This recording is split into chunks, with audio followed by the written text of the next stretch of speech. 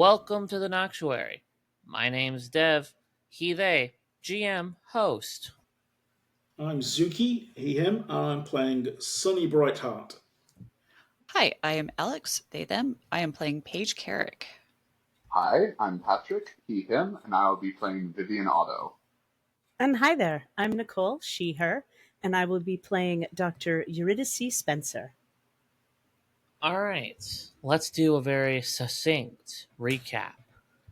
Last episode, Sunny Brightheart's girlfriend, tragically, I guess, fell from the bar of the Broken Barracuda and snapped her neck, where then Sunny was visited by an apparition that not even our local medium Vivian Otto could see, offering to fix the issue before them, which was, of course, the dying Cherry in that moment. Paige Carrick and Eurydice Spencer and Vivian all saw that Sunny pulls out his gun and shoots wildly in front of him. To all of their horror in this already horrific event that has happened, they all split off to either deal with the trauma or not even deal with the trauma, go read books for some reason. I believe it was to study up on whatever Zuki's character saw.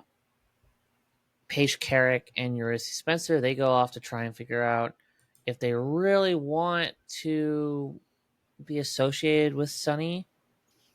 And I guess they decide that, yeah, they reluctantly will. I think at this point they are in it too deep. Does that sound about right? Am I missing anything? Well, after we decided to meet up with Sunny and let him know that we were still on board, we had the makeover montage, deep sea exploration style. Oh, yeah. I know how to put a helmet on straight now. And then Disney music started playing, copyrighted Disney music. No, I'm kidding. I would never do that. Legally distinct. Legally distinct Disney music. Atlantis music. Exactly, yeah. They had a movie called Atlantis. They did. We don't talk about Sunny. They were able to procure a boat from Jacques' brother / obsessor of Sunny. What is the name of this boat? I don't think we named it. It's got to have a name. Oh, that's a terrible oversight on our part. Awful. All right, so the internet is going to scream for Bodie McBoatface, but I'm going to pull that one off the table. Such a hard ass. I know, I'm so mean. You're really just so terribly mean. Since Marcel is buying it, how about DuPont's Hope or something like that? The à la recherche du temps perdu, perhaps? All right, Proust. I'm sorry, what was that name? In Search of Lost Time. His name is Marcel, so I picture him as Marcel Proust every time you bring him up, which is very funny. But yeah, I think DuPont's Hope is a good name for the I agree. boat. Yeah. I was thinking the Ishmael, but I think that's a little too on the nose for... It's definitely not going to be a whaler, you know. This is like a tiny ship. Tiny boat. Fair enough. So, just following up on some of the other things that have happened. Obviously, our discussions were that we think something terrible is happening in the caves. These people have gone missing, but certainly my motivation to go there, and I think Vivian's too, is to follow up on the machinations of a cult which exists in Stella Maris and who are somehow linked to it. I seem to recall that I'm not actually here because I have much interest in the mystery. I just don't want you going down there alone. Well, you also saw the strange figures that haunt your dreams going in there. So that's part of it for you, I think. Yes. Yeah. Which is good to recap that. And also, I guess, the bodies that came up out of it, the ones that washed up, Yeah. they had bites on them. reptile-like skin, and random organs had been removed from them. Which is distressing. Yeah. Okay. Yeah. But one of the things, I've obtained some dynamite. Let's not forget that bit. No, Never. forget the dynamite. But what I'm probably going to do is I'm going to order some of my boys in the gang to come with us on the boat, and they're kind of under orders to, if we don't come back within a certain amount of, like a couple of days, then mount a rescue party. Oh, okay. I was... No, not to bomb it after a couple of days. All right, boys. If I get offed, C, what you're going to do, C, is you're going to take all this dynamite, boys, and you're going to make sure those sea caves regret the moment I walked into them. And they messed with me. Regret the moment I walked They're in. gonna make those caves sleep even more with the fishes than they already are. Damn it, I was gonna say sleep with the fishes, sea cave.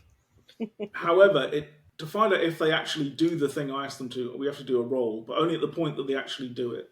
So that is hilarious. So it's going to be a bit crowded on this boat because it's not just you four. It is also Marcel. That's 6, and it is also Wait, with a couple 5. of your boys. 5. No, wait, 5. 5. Totally 5. 5. You're right. You, in fact, Dev, are our imaginary friend. Yeah. No, I apologize. You forget the GM has to be on the ship at all times, like they're. Well, of course, I am the captain. But it's not beyond imagination. There could be another boat, especially since we're an island and other boats exist. But yeah, Fair enough. You know what? That's logical. Do you have your own boat, Sonny? well, let's say it's not my own boat, but maybe it's a boat that I've used for carrying various goods, which may need to be under the radar. Maybe I've got a friend that has a boat to carry such things. Fair enough. Plausible deniability and all that. Yeah. Sure. So, you are on the DuPont's Hope. What time of day is it? I'm going to say I think Eurydice would have tried to roust everyone out at the dawn tide or to catch the dawn tide. So she probably dragged everyone out of bed at like dark 30. No, dark 30. Oh, dark 30. It does need to be light enough for us to have taken that picture prior to getting on the boat. But Now, that was the night before. Oh, so right. You're so right. We had the golden hour and we took the picture, and then next morning, ass crack of dawn, here we go. What even is 0 dark 30? That's like 12:30. It's That does basically seem a little early. it's basically 0 dark 30 is the worst time to be awake. Whatever so, that like, time is. Yeah, you wake up and you open your eyes and it's still dark out and you have to get up and you think to yourself, this is the worst time to be awake. That is dark 30. Mm-hmm. Oh my gosh, for me that's like 3:30 in the morning when I used to work at my old job. Oh. Aside from that, yeah, we'll say it's like, I know it is. I know exactly what time that would be the worst time. 4:30 in the morning. Beautiful. Ugh. Sun has barely even, the moon has barely even like take a little dip into the ocean. Haven't even put its little toesies in the water. The moon isn't even sleeping with the fishes yet. Yeah. As y'all are up and at 'em, there is, I assume your boys bring you coffee and like some pastries. All right. Who's cheerful? Who's mad? Sunny is always cheerful.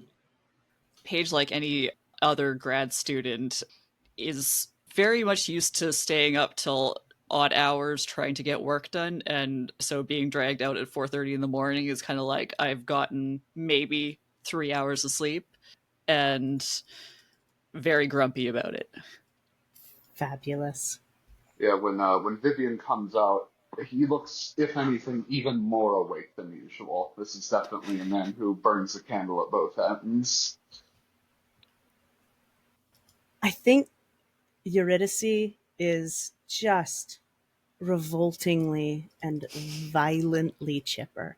Oh, oh She's no. not like chirping like a cheerleader, but she's just happy, in a good mood, whistling slightly as she prepares the boat to cast off. Like, she seems happier than any of you have ever seen her, except for Paige, who remembers what she was like before the last expedition. All right. What about Sunny? Oh, I think Sunny is just irritatingly chipper about everything, Good times. despite how he may be feeling inside. But he's like, Yep. "Okay, let's go, So gang." half the expedition is happy, or half the expedition is excited. The other half are just like, "Fuck me, man! I just want to go back to bed." Want a little kick in your coffee? And I'll pull a bottle of Irish whiskey out and pour some into mine. Anyone else who wants one? I think Yuri goes for it. Hmm. She's in academia. Vivian gives like the hardest possible glare to Sunny and just takes a normal cup of coffee. Sonny, why don't you roll condemned for me? Okay, Ooh. I will roll condemned. I get a 19 success. Man, you are good for now. Yeah, I Alright. don't feel like look, the sun's going to come up any Yeah. minute. We're going to see a beautiful view of the ocean. We're about to go right into the heart of darkness. You got to smile.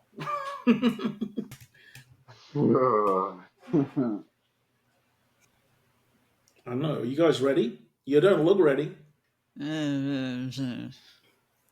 It's all right. They'll be fine once they wake up. I assure you, Dr. Spencer, this is as awake as I can be at 4:30 in the morning. Oh, Oh, come on. It's at least 6 now. The sun's even peeking up over the water. It's lovely. It's bright. It is. that's what the sun does. So I have a question for you, Doctor. Yeah. Did you dream last night? Oh. Well, would we consider this to be something where my repressed memories? Is this a situation associated with my Yeah, repressed memories? I would say so. Well, then, sounds like I am rolling +0 to determine if the memories resurface. You are fine for now. All right. So, yeah, I think she slept fabulously last night. That's probably half the reason she's so happy this morning, is that it's a very faint echo of what her life used to be like when going out on the boat filled with diving equipment, filled with spelunking equipment, was her greatest joy instead of something that was tainted by what happened last time. We have talked about kind of what happened. Not like the specifics, but Mm-hmm. you went in. There were four of you, Yeah. and then only one of you came out. Yeah. And she doesn't remember much of anything. She has flashes of fragments of scenes. She definitely remembers being separated from people, but she also remembers finding them again. She has bits and pieces of fear, colors. It's all jumbled and confused. And the next thing that she honestly remembers is being shaken awake by Vivianato. We have never described what these sea caves look like, Ooh. but I will get to that in a minute. So, the DuPont's Hope. It is not a large ship. I would say it's a very bulky ship, but keep in mind this is for diving, so it's kind of got equipment on it to, allow for diving to happen. It's a very nice ship, very clean looking, very sleek. Marcel is Marcel and Jacques. Marcel was never the diver. He was more of like, the guy above monitoring stuff. He's also going to be the ship's captain. Hmm. He will take you where you need to go. I think that's the sea entrance to the caves. I think there's at least one reasonably big cavern, big enough that a small or medium sized boat can, at the correct level of tide, just kind of barely squeak in with its mast inside the cave. And then it kind of opens up into a bigger ceiling so that Marcel or, other people even could be like waiting at the cave that we maybe explore.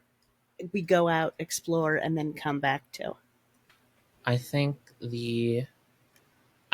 and Sonny, let me know if this is if you want them to stay with you or not. I think your boys, who I'm assuming Oliver is one of the people you sent to help with this. Oh yeah, I mean they're going to stay out of the caves because they're just waiting for us to return. Right, but they're gonna wait. But they are already nearby, waiting. Wait, no pun intended. Uh, Yeah, waiting I think Vincent nearby. Bishop's there as well. Yeah. Ooh, you know about those bishops.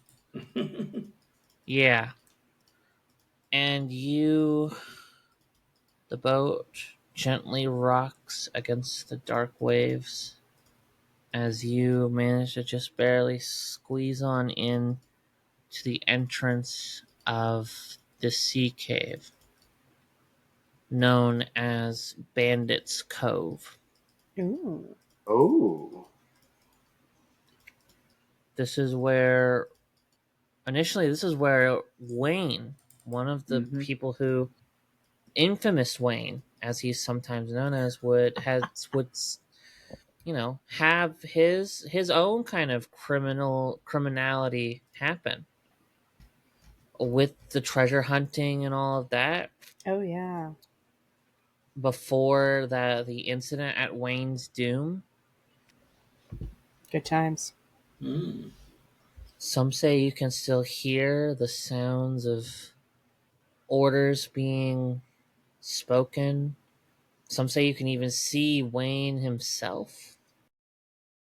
As I say that, Vivianato, roll your haunted. Okay. And that would be a mixed success. Oh, what's the number? It's a 13. 13. Is that a mixed success? It is. Yeah. Okay. All right.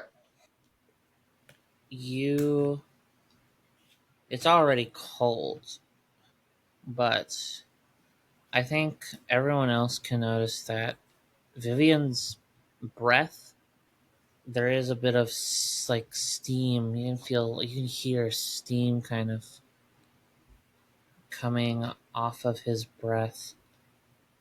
Oh, now that makes sense. You've already been drinking. And Is that right, Viv? Yeah. I think Vivian, as you're kind of like, where are you on the boat? I'm going to say sort of like near the back, kind of just, he's always glancing back, like he's never looking forward towards the caves until they're actually inside.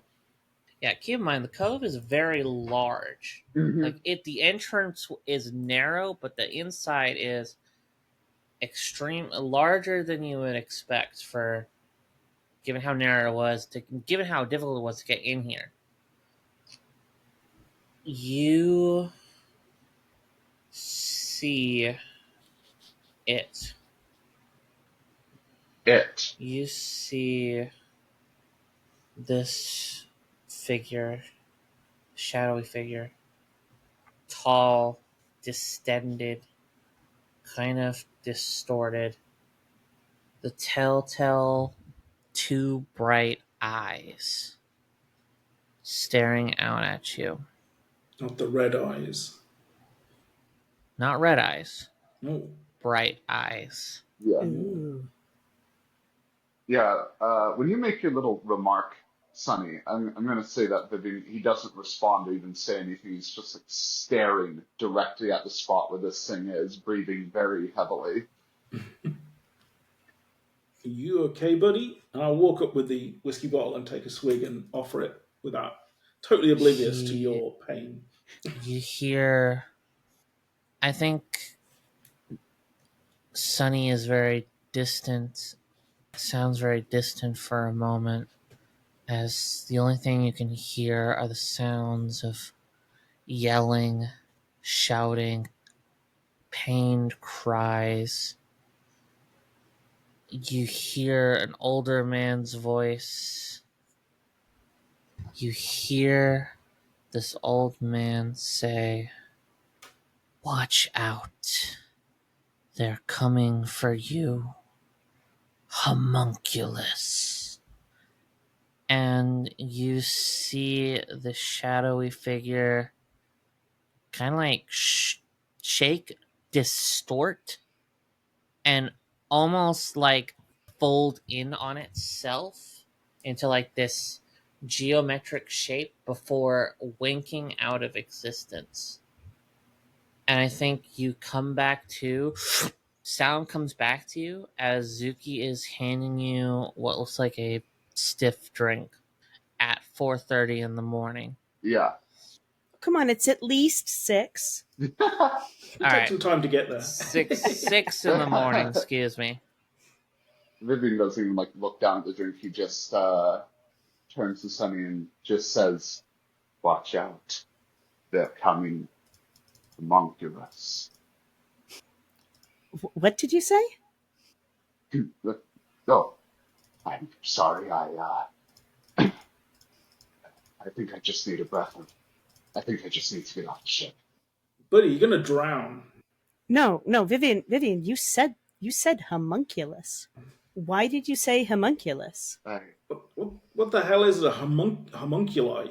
It's like a monkey? No, it's I believe it's originally a As term much in- as I hate being the one to remind the teacher of the pop quiz, this sounds like an investigate roll to me. Oh yeah.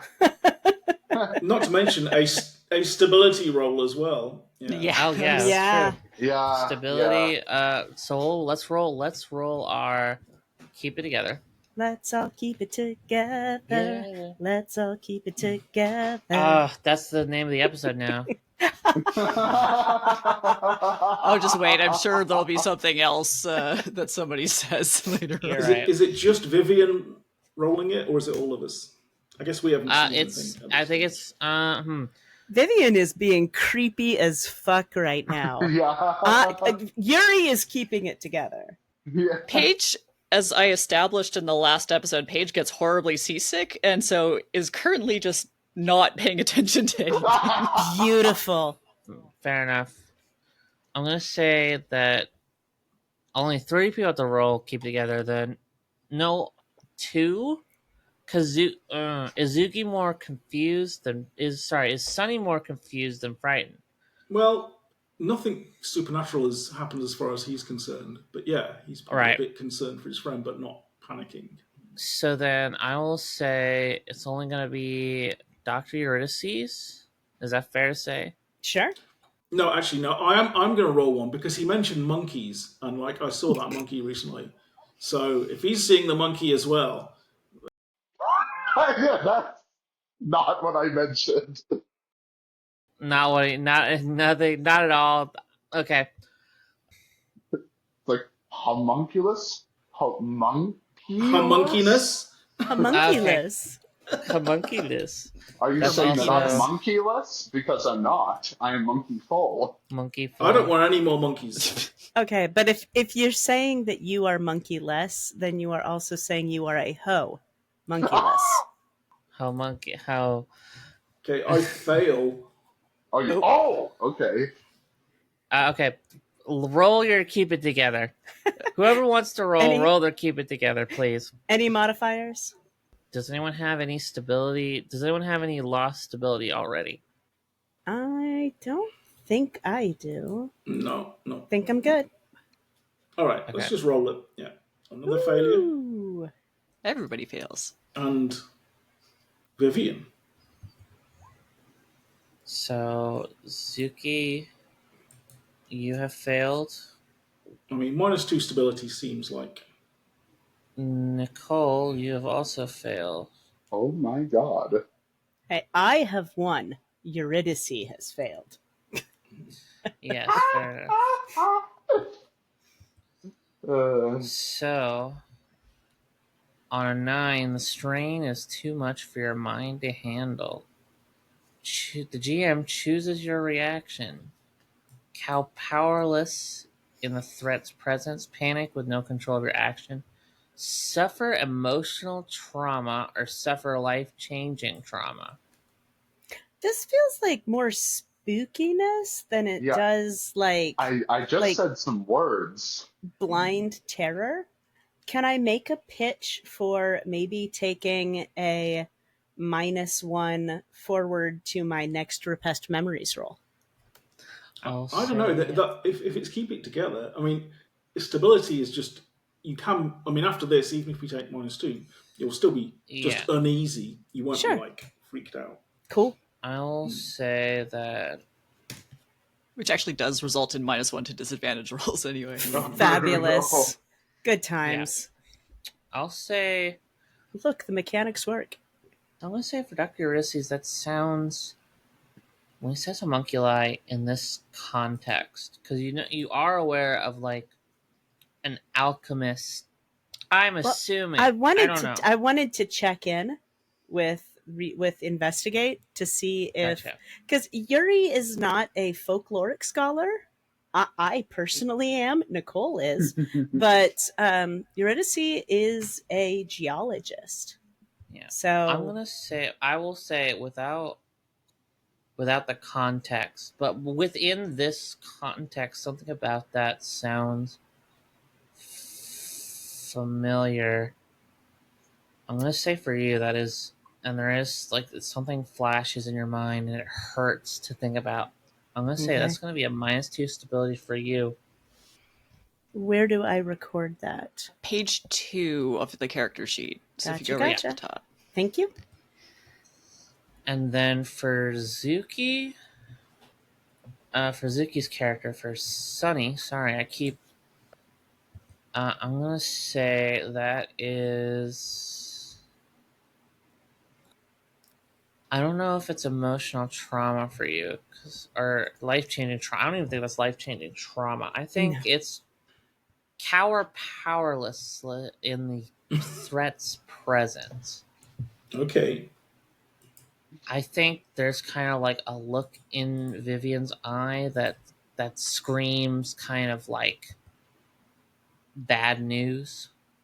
Does that make sense? Absolutely.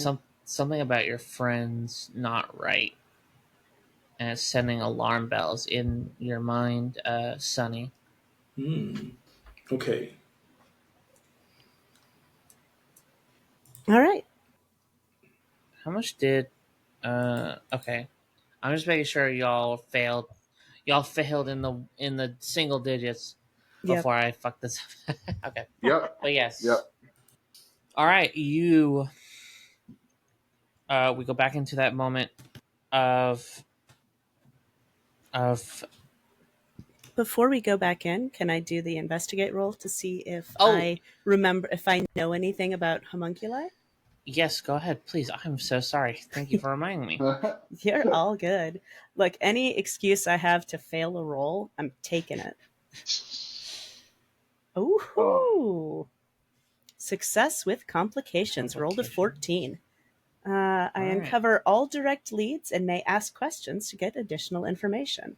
I can ask one question. The information comes at a cost determined by the GM, such as requiring someone or something for the answer, exposing myself to danger, or needing to expend extra time or resources.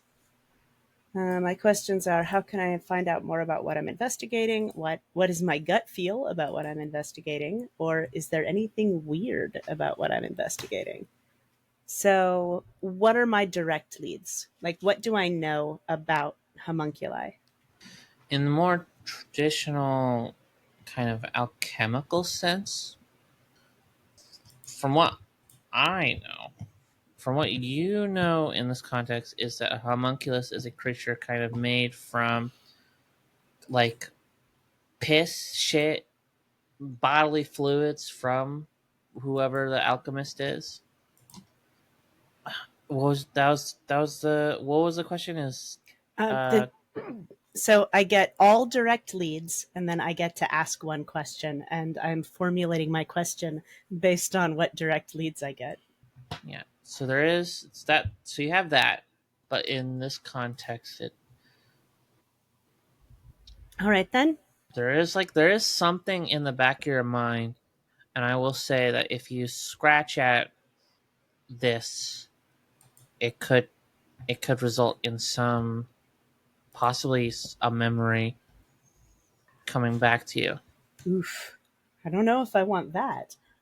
So I will ask my question, and you can determine the cost. What are homunculi traditionally used for by alchemists?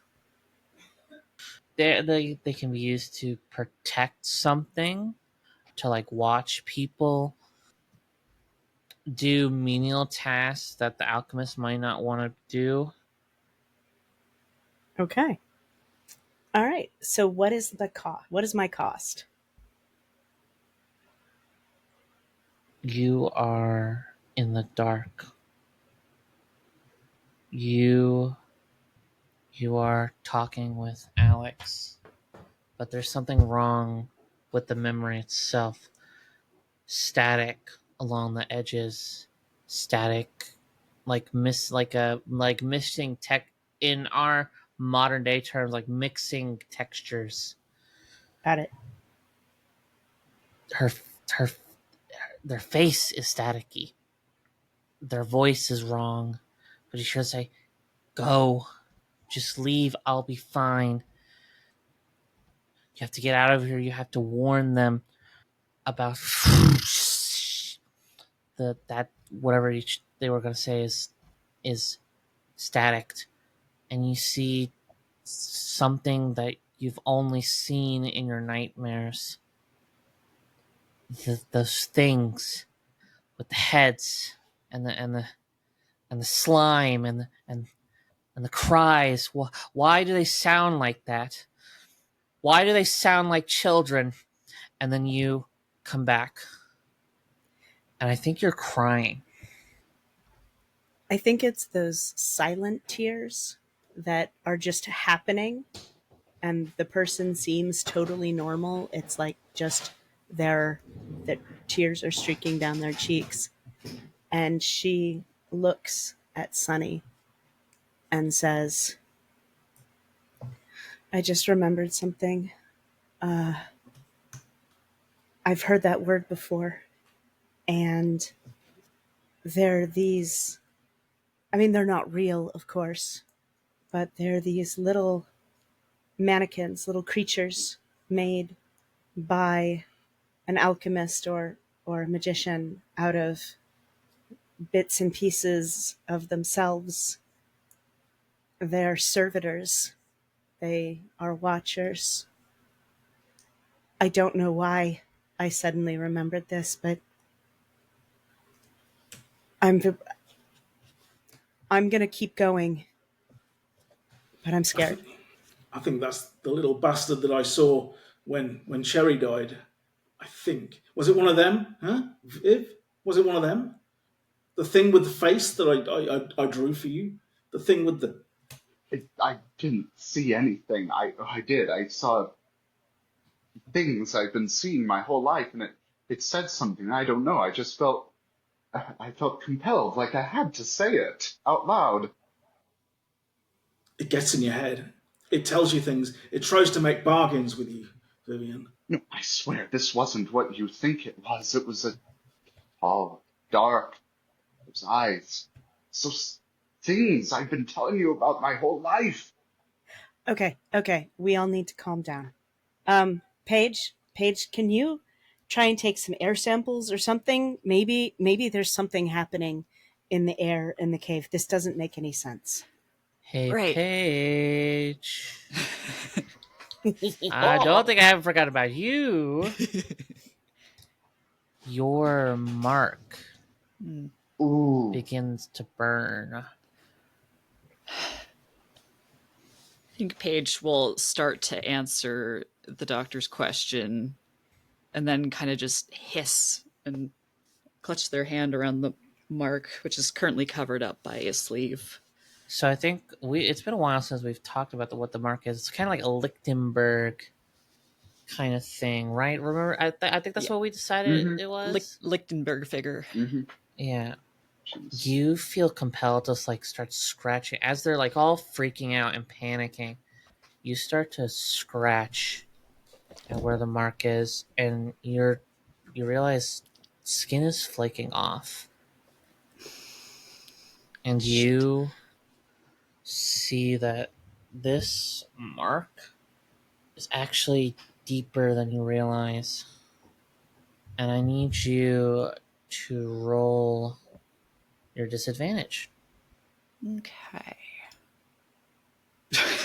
Failure. Oh, Yes. yes. Oh. Join us in our bonkersness. The darkness gains power over you. The GM takes 3 hold. Oh. The GM can spend hold to make moves for the darkness living inside of you. That's going to go just fine. I'm sure this is going to be great. It's fine. We haven't talked about what this darkness is. But kind of given like all the stuff that we have talked about in the past, your memory of what happened, or your dream, quote unquote, you feel I think everyone can smell the thunder. Sorry, the lightning. And suddenly there's a storm overhead. Lightning flashes. Torrential rain starts to pour. Winds begin to howl. I'm assuming everyone had turned their back on Paige, and they were just arguing among themselves. So, question about this storm. Is this happening inside the cave or outside the cave? Are we in a sheltered harbor watching insanity outside, or are we in the teeth of it? Currently, right now, you are watching it from the outside. All right. As you all kind of slow motion turn to Paige,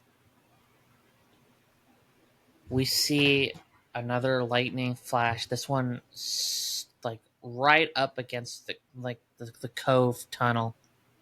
It kind of arcs into the cave, almost like impossibly kind of zigzagging up above the ceiling, and it strikes down slowly in slow motion between all of you, between the 3 of you and Paige. There is suddenly a flash of light, searing hot light, an explosion, and then darkness. What the hell? What? So,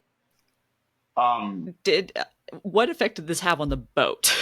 Well, yeah. Do you mean darkness is in we've all fallen unconscious, or Or did just Paige fall unconscious? Who is the darkness for? We're about to find Okay, out. all right, all right, okay, all right. Yeah. I'm being dramatic. It's called being dramatic. Yeah, sorry.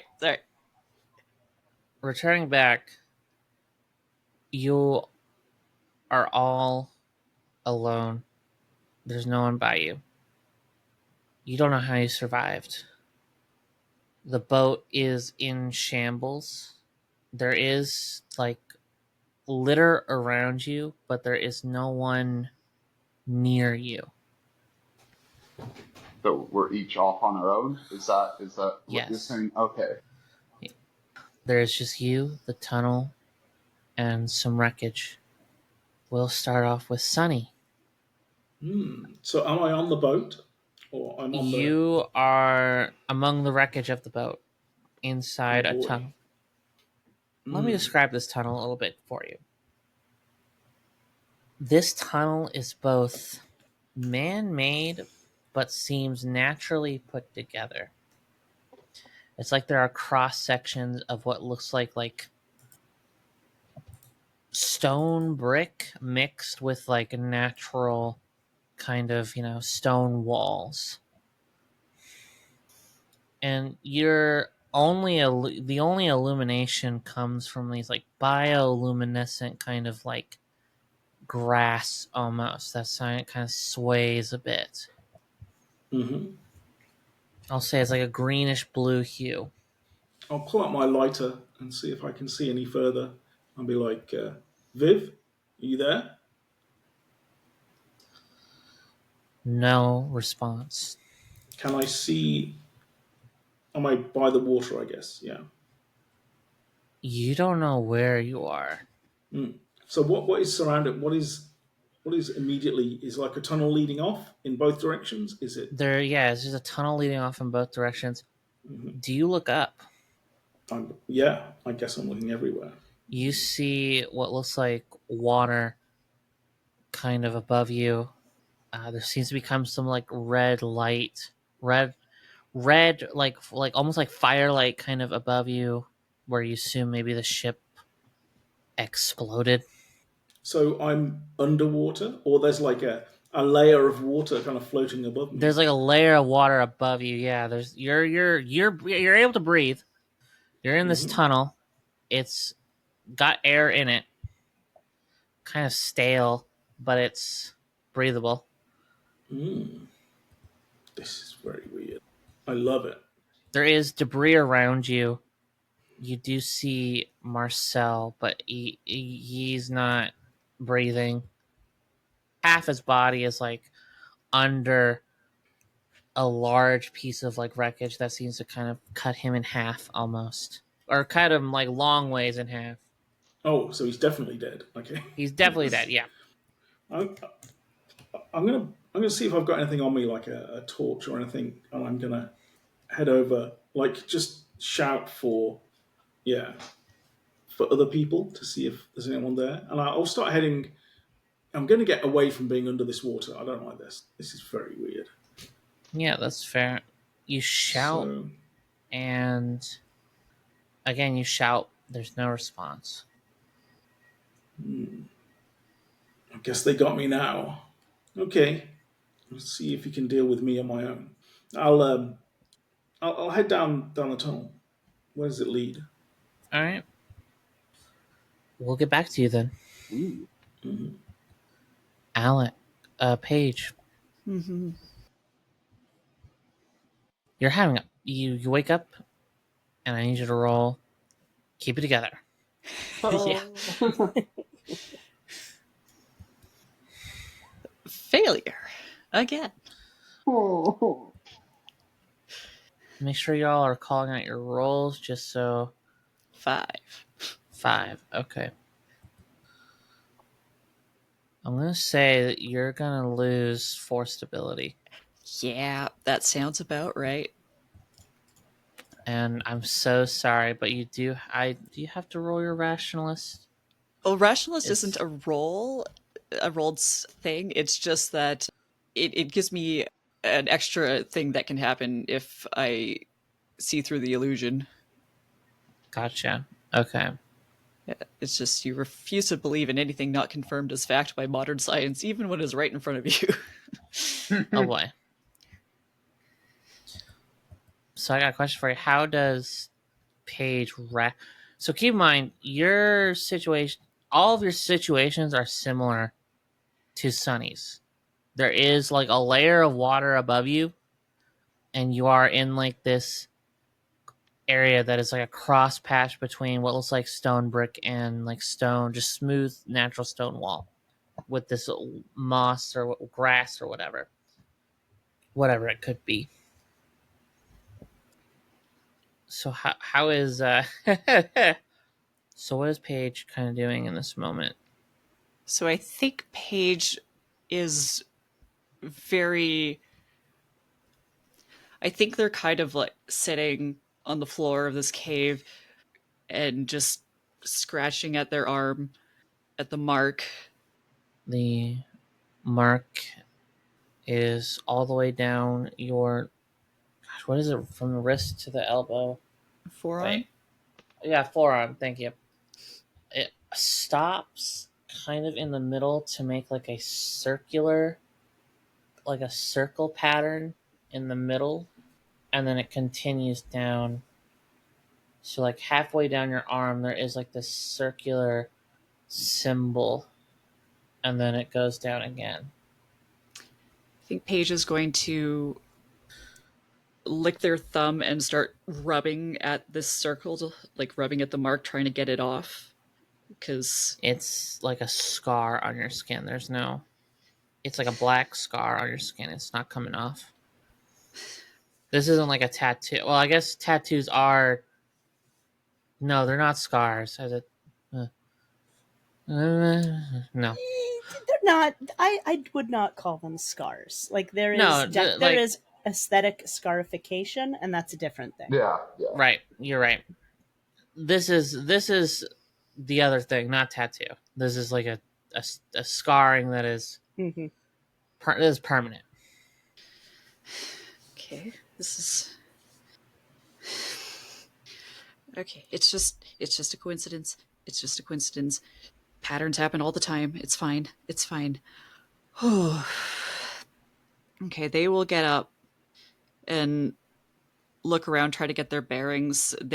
How much of the wreckage do they see? Like, do they see like what looks like wreckage of the entire ship, or is it just like bits parts? and bobs? Just bits and bobs.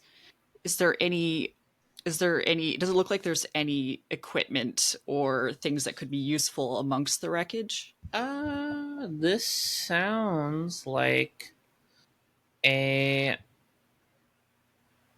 investigate or observe. I think this is more observe a situation. Okay. 16. Woohoo! Ask me 2 questions. What is my best way through this? What currently poses the biggest threat? What can I use to my advantage? What should I be on the lookout for? What is being hidden from me? What seems strange about this? Okay. I'm going to say, first, what can I use to my advantage? You are able to, you find like I'm going to say, you find a flare gun. Okay. You find some rations. Okay. And you find a couple sticks of dynamite that have somehow survived. Okay. Is the dynamite wet? Just out of curiosity. Dynamite is not wet. Interesting. Okay. So it was packed pretty tightly. And it's usually wrapped in wax paper or tar paper when it was used at sea. Fair. Okay. So I think, Paige will take what they find, tuck it as best they can in like pockets. I'm assuming there's, there might be. Oh, sorry. Yeah. You're able to find like a bag to carry this stuff in. Okay. That works because I didn't really want to put dynamite into their waistband, but yeah. So the other thing is, what is my best way through this? Your arm kind of throbs in a direction. In a direction, interesting. worst game of hot and cold ever. Throb or not. There's an episode title for you. Yeah. There's an episode title. But yeah, no, it is throbbing, telling you go down this tunnel away from the wreckage. Okay. I think, yeah, they are.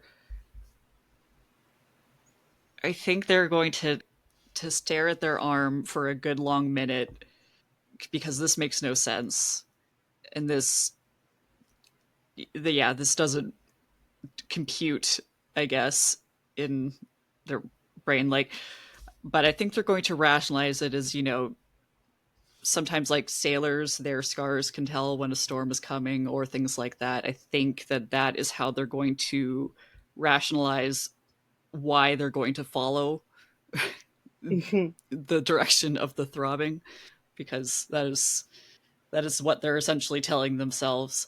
It's just a quirk of nature. It's fine. This is normal. This is not. This is normal. Okay. We're gonna go down here. And you walk. Vivian, Yep. you are in, like I said, exact same kind of situation. Well, not exactly, but Very similar. you are in this very similar. However, you are surrounded by bright eyes. Oh God. So Vivian's gonna like sit bolt upright, and he's gonna go like, "Sonny, anyone?" No, Sunny. As soon as he notices the eyes, he's gonna like kind of scramble backwards to try to get away from them. There is no one else here. Oh wait, Vivian. They are talking. You do hear a voice. what are you? Leave me alone. I am sorry, Vivian. I had no other choice. You did this? You brought us here? In a manner of speaking, yes. What are you?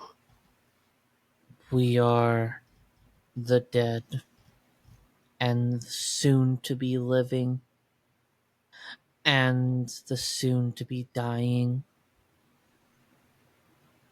You mean you're Walk with me, Vivian.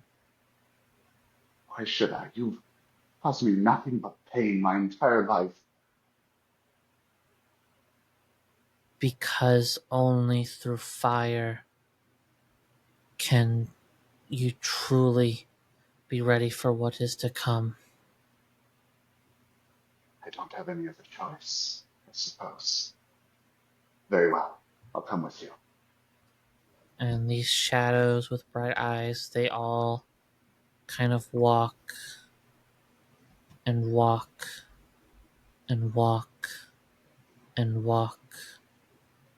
There is a fog that kind of comes over, and as you walk out of the fog, you are surrounded by tombstones and mausoleums, small little, from the smallest, tiniest little pebble, well, it's like a little grave, to the largest, almost cathedral-like mausoleums you have ever seen. And yeah, there are bright eyes here, but they look very different than the bright eyes you're used to. How so? 4 bright eyes, 4 limbs, different colors. Some as large as whales, some as small as your thumb. God. Where are we? What is this place? And you hear a voice, a female voice, kind of. You see her walk out. Welcome, Vivian Otto, to the city of the dead. My name is Sabine, and I am in need of your help. And we go to Eurydice Spencer. All right. Eurydice wakes up, stares up at the ceiling, and her eyes widen as she realizes what she's seeing. And she staggers to her feet, calls out for Paige and Sunny and Vivian a few times. But as she does, she is searching for equipment with which to document and test what the hell is going on above her. This sounds like observe a situation. Uh-huh. I could say investigate, but I think that's a different. I think it's different I do than too. investigate. Yeah. So I have rolled a 19, so that is a Oh, wow. success. I get to ask 2 questions. My questions are, what is my best way through this? What currently poses the biggest threat? What can I use to my advantage? What should I be on the lookout for? What is being hidden from me? And what seems strange about this? I think the last one's covered. I think Yeah. I got that one. So let's Yeah. start with, what can I use to my advantage? You find. What do you find? What do you want to find? I should have asked this earlier. I apologize. Oh, it's all good. I think that Yuri would like to find. How many pieces can I find? I think 3 things is fair. All right. I would like to find photographic equipment. I Okay. would like to find some means with which to make fire. Oh wait, that's sorry. 4 things because I added it back to Alec. Ooh. 4 things. Sorry. So, some means with which to make fire, some Okay. means by which to purify water, Okay. and I think I'd like her to find one of the diving suits in its bag that she can carry with her. So it's a lot of heavy equipment. It is. I'm gonna say it's gonna give you a -1. I think this is fair for all the stuff that you want. I'm gonna say it's gonna give you a -1 to cool. To All right. coolness. Cool. Ongoing, forward. Ongoing, yeah. Ooh. Unless you drop your equipment. Cool. I can't wait to find Sunny so that I can make him carry my shit. That's yeah. I think that's only fair. And I think as you're getting all this stuff together, you have 1 question left, right? Yeah. I do. Sorry, go ahead. What is your second question? So I think I would like to ask, what is my best way through this from the perspective of I need to find my companions before I can get through this. You're a geologist. You're a Mhm. you're a person of science, and even if if there is airflow, because you're breathing air, you're not dying. Well, Yep. maybe you don't know. I'm not dying. You're not dying. Keep telling Yet. yourself that. Logically, there must be like an air source nearby, and possibly maybe there is like a antechamber. Like maybe all these tunnels connect to one central location.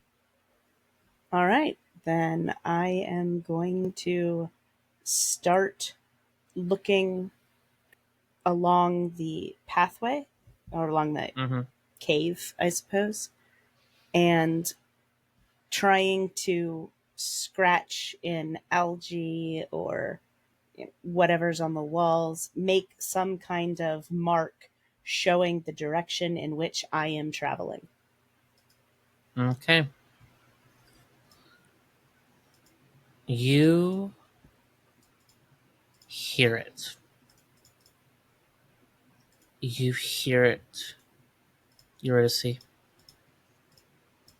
The sound of children crying.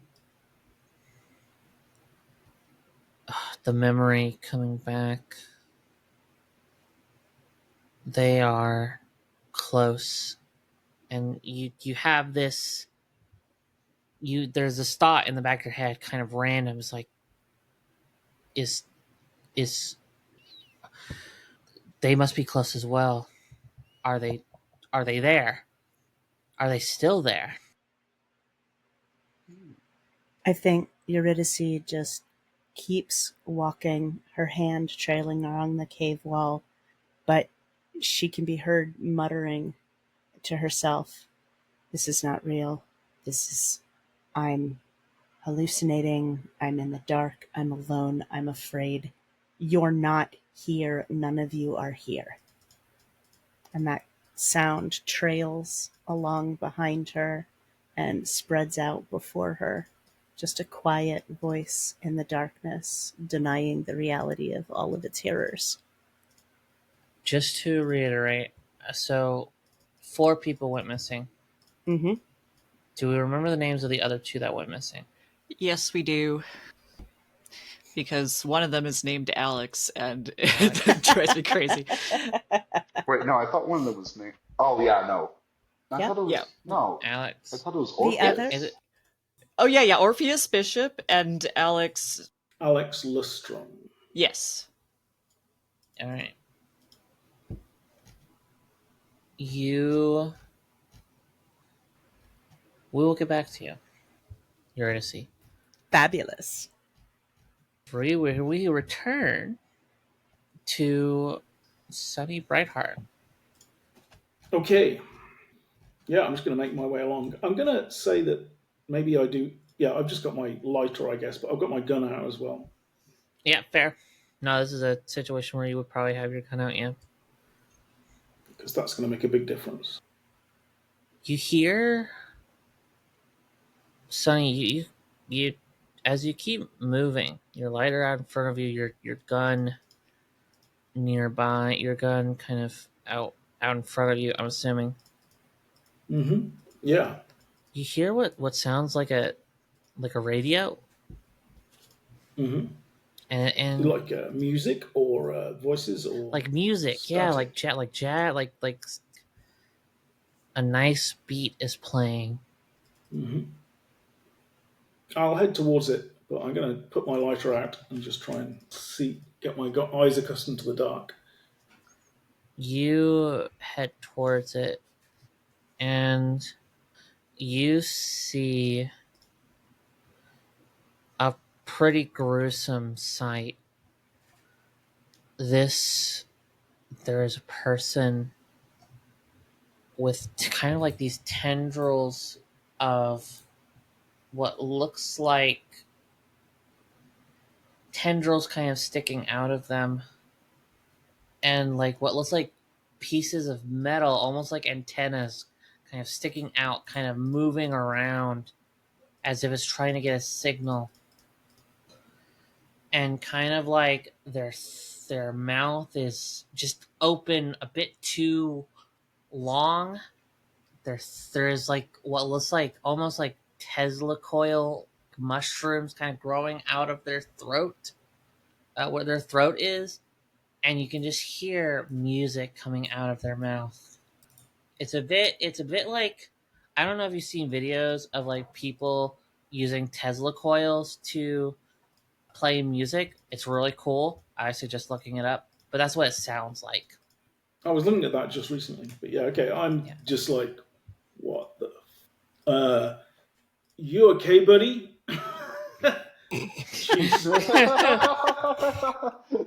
You know, I'm here for the day-to-day, just ask the damn questionness of Sunny. He's beautiful. And yeah, this guy, if he had eyes, you don't see any eyes anymore because they look like they've been replaced with like knobs. kind of like fleshy knobs. Okay. And I So, think for no you particular reason, what are we rating Oh. Noctuary again? Because I have jokes, and I don't know if I should be making them or not.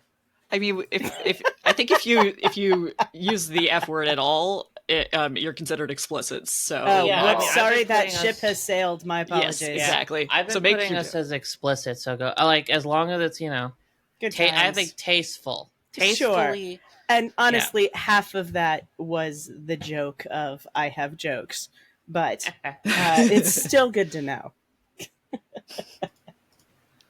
But yeah, Do they seem to respond to what I say? not at all. You just see these antennas just twitching, trying to get a signal, which is impressive because you're in a tunnel underground. You're assuming underwater. That's not the most unusual thing about this situation. Okay, sure. Not to Sonny anyway. He's not experienced with the wireless. So I mean, I'm staying back in the shadows as I say that, but I'm just going to pay attention to if anything or anyone else is here. This guy, I guess, is in a pool of light since I can see quite a lot about them of some kind. Is that accurate? I think as you stare at him long enough, Well, I'm probably going to observe the situation. Let me try that. you want to observe a situation. Yeah, go ahead. Observe a situation. Or do you want me to act under pressure and/or make a stability roll? Since that would seem appropriate too, considering what I'm seeing. Sorry, which one are you wanting to roll? Well, I'm asking if you want me to roll anything to deal with the crazy, horrible situation I can see in front of me. I think I've made y'all roll. Keep it together enough. Well, this is new. But yeah, okay. Yeah, but I think it's less exciting if I make you roll it every time. You know what I mean? On the other hand, if a player asks to roll, keep it together. If you want to roll it, sure. If you want to roll, keep it together. I will say, seeing a radio man with radio dial flesh things or eyes, Oh, yeah. I fail again. Oh, I fail again. Yeah. Good times, Zuki. So do I lose stability, or do you want to do another action? This might be. I feel like this might be panic with no control of your actions. Okay, I'm going to pump like 7 or 8 bullets into his head. Okay, yeah. Yeah, and the thing is, it just won't stop. The music even seems to get louder as you shoot. Well, fuck you, mate. Because you shoot this head and it explodes, right? But his throat is still there, so just the music is just being projected more. Mm-hmm. You know, Zuki, I really appreciate the passion and accuracy with which you are portraying an American. Yeah. Thank you. I mean, Yeah, I can believe that you're native born with how you're dealing with these situations. He is a passionate guy. I think as you fire away, you hear that voice. It is the Monkey Man. And it's like, hey, what are you doing? You're hidden. You're destroying my favorite radio. Is that what you want to do to me, you piece of shit? No. Come down here. Enjoy the nightlife of the city with me. Come on. I'm going nowhere with you, buddy. You understand? That's why I'm here. I'm going to put a stop to whatever you're trying. You can. This is coming from the radio, by the way. Mm-hmm. The radio, the throat, by the way. You can hear him through the throat. It's hard. Okay, this is hard. Keep in mind, this is weird for me too to describe. Mm-hmm. Because what you're hearing is the music stops, and he speaks through this used to be person. Thanks, I hate it. Yeah. Yeah. Is this what you want to do to me? Is that why I was chosen, huh? I can't really. If you're talking to me, I can't. It's a radio. It's not. But if you wanna come talk to me, just walk further down. Enjoy the nightlife of the city with me. Sure, buddy. We can share a cigar. All right. Again, can't if you're talking, I can't hear you. I'm going to read a person from what he's saying. You want to? So how are you going to read a person through a throat radio? Well, I can hear what he's saying. I can hear his tone of voice. I can guess his intentions. Hmm. I, you know what? The logic fits. Well, no. If you're saying he's not saying enough to me to work out what he is. That's Yeah, fine. I would say it's yeah, it's not enough for you to get like a solid read on someone. I think you're right. Me and you have to meet. Yeah, and I'll just I'll like go over to this guy in the chair and just kick him over and then stamp on the head until it stops making any noise. Well, you mean the throat because you've already shot Yeah. the head is gone. I'll Yeah. rip the antenna out of Yeah, fair wherever they enough. are and just like you'll be seeing me real soon, little monkey man. And reload my gun. Keep going. And you keep going, and suddenly you are walking down a paved cement like a sidewalk, and there's a road, and there are buildings that you've there are these large buildings that kind of like look like they're made of basalt or some kind of other dark stone material, and you can see like twinkling little stars. What's the architecture? Is it like American architecture? It's almost it's like it's like what you would I think it would be what we would consider modern day. Mm-hmm. So it looks a bit strange, but it is familiar to you. It's like a familiar, like if you've been to like New York, or if your character's been to New York, or like you know Yeah. Okay. Okay. yeah.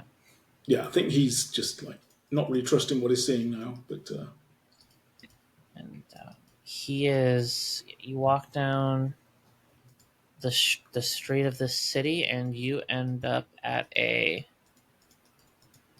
what looks like a radio tower. Well, it's like a mhm. radio tower and like a radio station.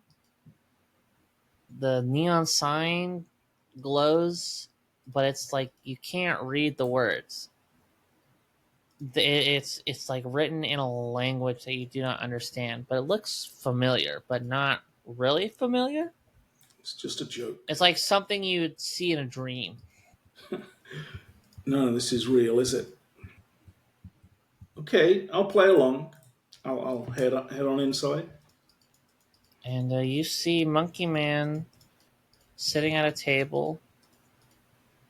There is a mic kind of in front of him, and there's a seat waiting for you with another mic, and you see like a bottle between the two of you with nice little tumbler glasses.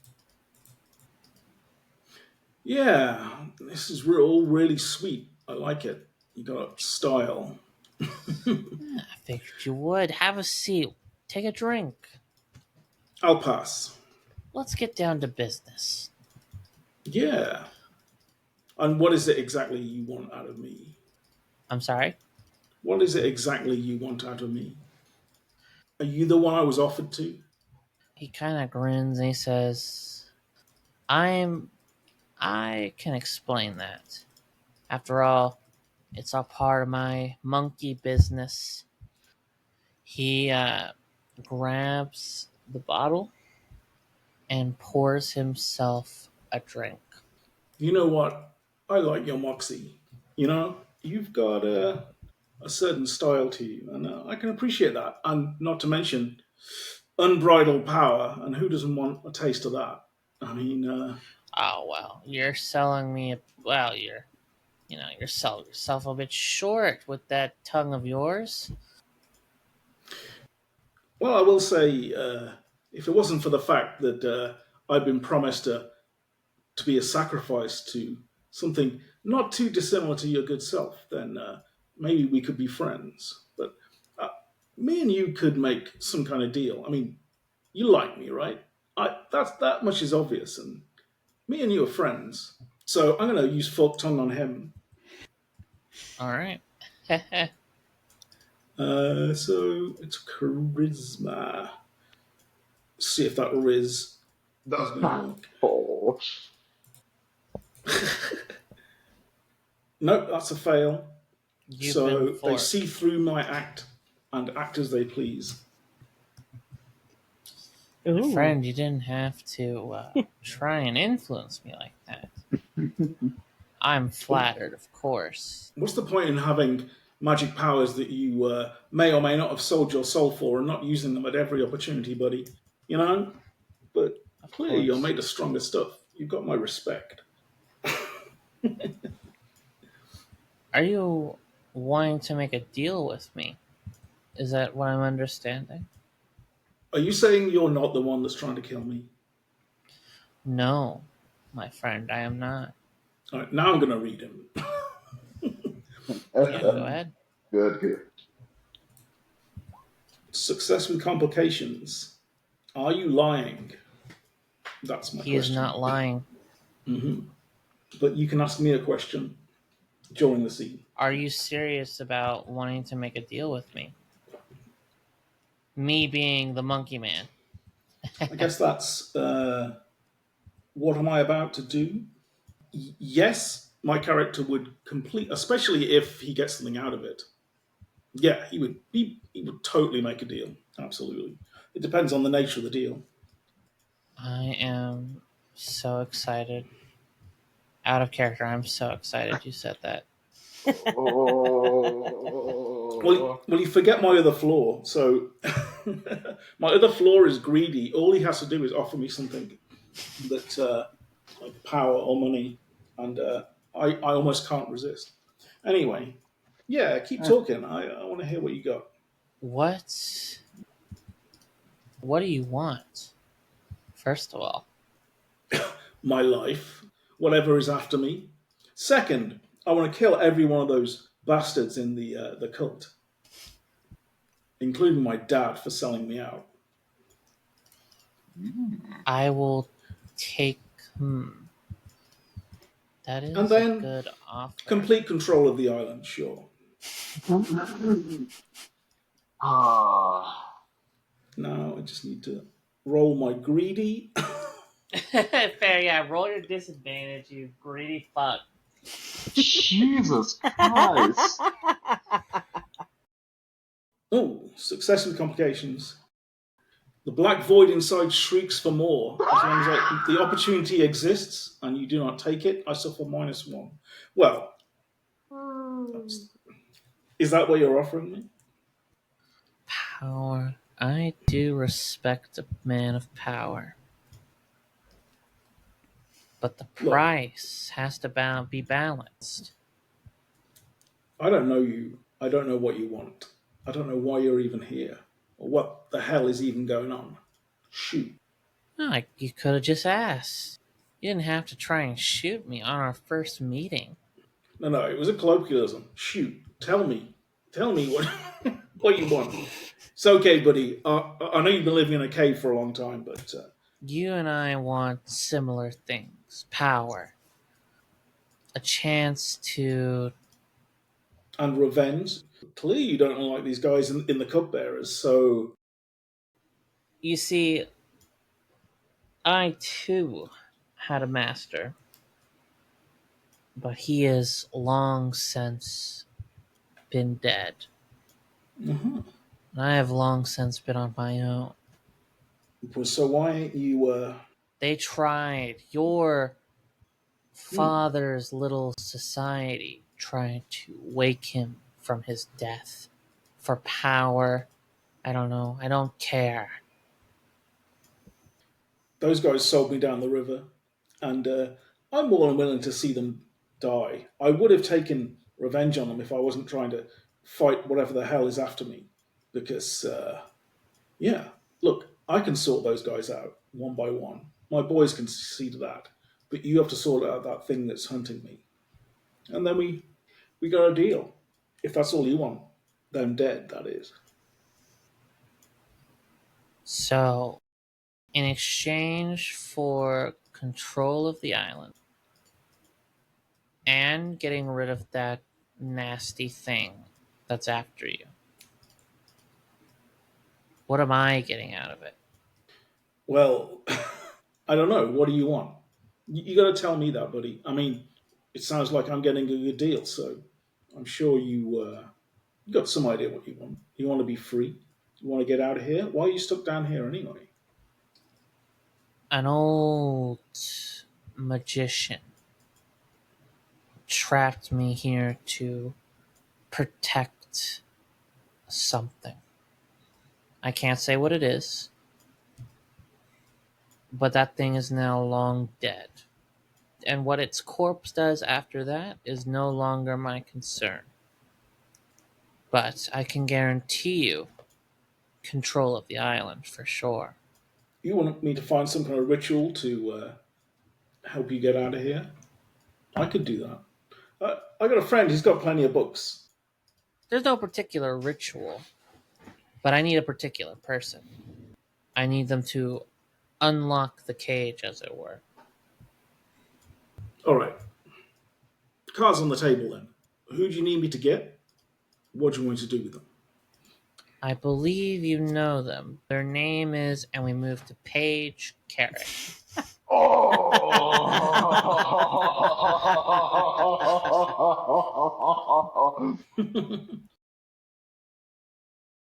Paige, you have been wandering down here for what feels like weeks now. You don't actually know how long it's been. Could be a couple minutes, could be a couple days. But you're tired.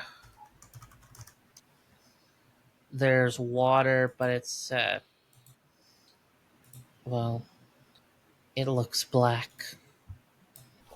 So what do you want to do? So, what do I see around me right now? Let's start there. There are, like, I will say there are, like, pools of water. Okay. You have drank some of it. It tastes fine. Water is water. You've just been wandering these tunnels for as long as you have been. I don't know how long you take to stop or whatever. What is the feeling, like the throbbing from the mark? Is that still steady? Yeah. Okay. I think they're going to try calling out, because their thought process is that once they find the others, they can find a way out, since they're clearly not having success finding a way out on their own. So they're going to start calling for Yuri,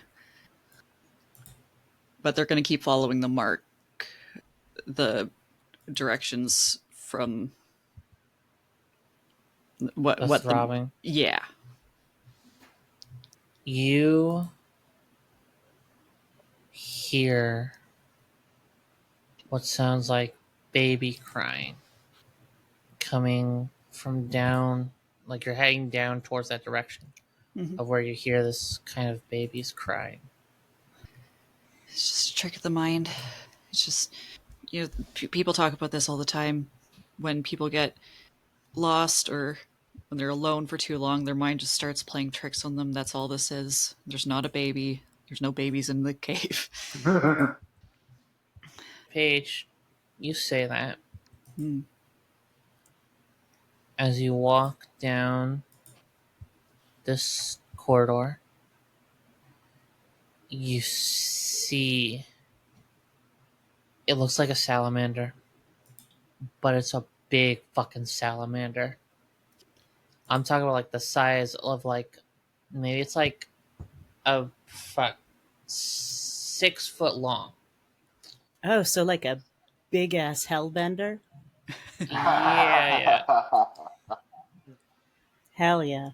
On top of its head, of like its head, like its actual head, it has these beady eyes on the side of its face. On top of its head is what looks like a vestigial human head. It has no eye sockets. Its eyes are covered with flesh. Its mouth has no teeth, but it is crying. And you see kind of like where you would assume, if this was a human body, where the arms would be. You see arms kind of protruding from around this thing's eyes, Oh, kind of reaching out towards you. And you see more of these things kind of gather around you, but they're not attacking you. In fact, they seem kind of like they want to. And keep in mind, you're being surrounded by what sounds like a bunch of babies crying at you. Hunger. I need you to roll. Yep. Keep it together. Yeah. Obviously. Holy crap. Ho, ho, Woohoo! ho. oh, That's a big, sexy oh 16. my It God! is. Yeah, look at that. Somehow you know that this mark is keeping you safe. That also makes no sense, but we're not going to think about that. Alright. Sunny Brightheart. I need Paige Carrick. You came with them. The student kid. Yes. They're What do you want with her? a long time ago.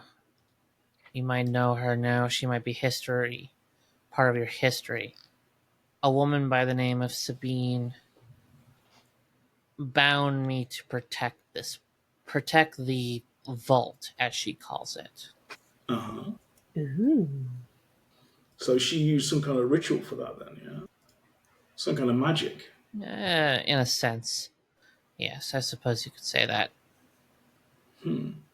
Point is, my more powerful abilities are kind of being bound with it, tied to this mark that Paige Carrick now carries. And this Carrick person, they know this magic too. Then is that right? No, I doubt they even remember how they got that mark. So how exactly do you make the mojo work? It all works by proximity. I just need Carrick to touch the vault. Carrick is a key now, a tool. Okay. And in exchange, I can give you the power you want. Okay. Okay. Well, let me talk to her. I'll see what I can do. This is a yes or no. I think you have to decide in this moment. There's no talking out of character. There is no. This is a yes or no. He is this man, this monkey creature thing, whatever he is. Look, you've got something I want. I've got something I can maybe deliver to you. I'm not shaking hands on something as vague as that.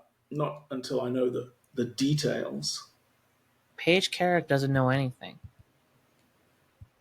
They only know about water, and that's it. Rude. No. Yeah. How dare you say these true things about me? So why aren't you making that deal with them? Because I can't get next to them. Sabine made sure of that. Whoever possesses the mark, I can't get near. The mark. What's the mark? Yes. Okay. Like I say, I'll see what I can do. Either way, the vault gets opened. It's just a matter of who's in control at that point. Is that right? They got some kind of power over you then. No power No. over me. If Whatever the the vault. vault opens, I failed and my contract is expired at that point, and I don't have to be here anymore.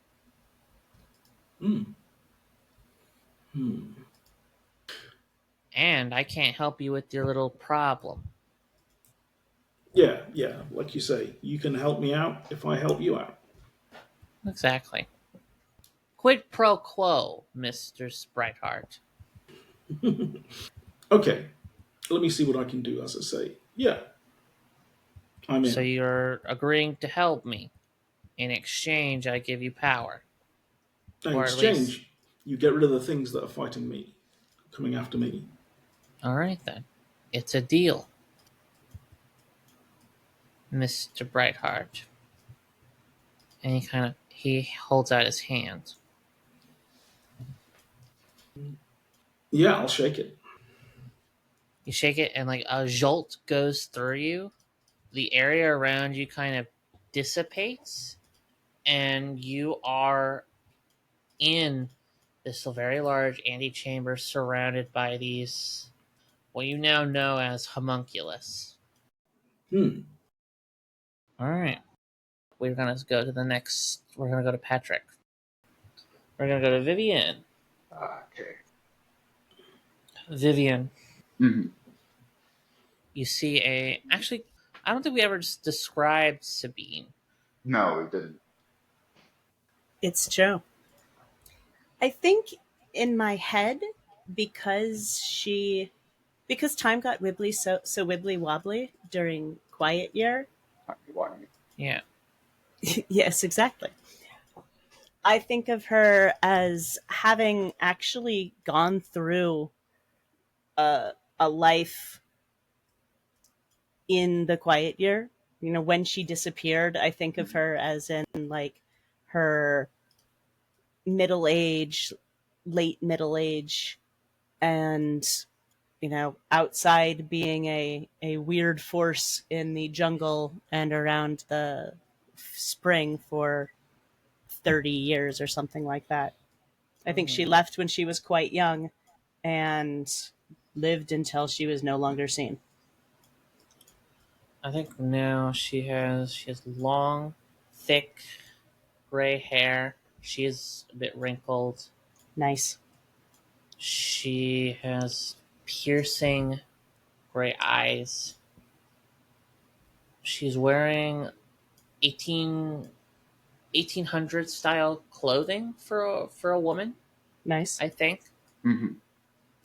And they are looking. They kind of smile a bit sadly at you, Otto, Mr. Otto. Yeah. Sabine, you're the woman, the witch from my grandfather's journal. Yes, I suppose history would look at me like that. You're real. All of you. I Okay, wasn't hey, okay, calm down. We have a lot to talk about. I wasn't insane. You're not. No, Otto. No, Mr. Otto, you're not. But insanity is coming. So please, let's skip the pleasantries. Yes, my name is Sabine. Yes, you would know me as the witch.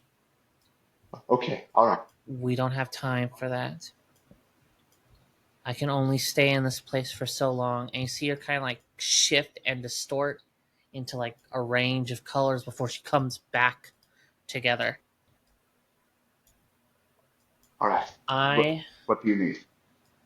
I need your help. I need you to stop Sunny Brightheart from making a huge mistake. Oh, that idiot. What has he done this time? He has made a deal with a creature that I bound to protect, a powerful undead creature called the Incessant. Okay. All right. Is he going to let that thing out? If he opens the vault, that the creature bound to protect it will no longer do so. What happens then? Chaos, mutation without restraint, monsters the likes of which the world has not seen in a very long time. God. But how can I stop him? It's okay. Back up, back up. What do I need to do? You're going to have to. I don't. There's no.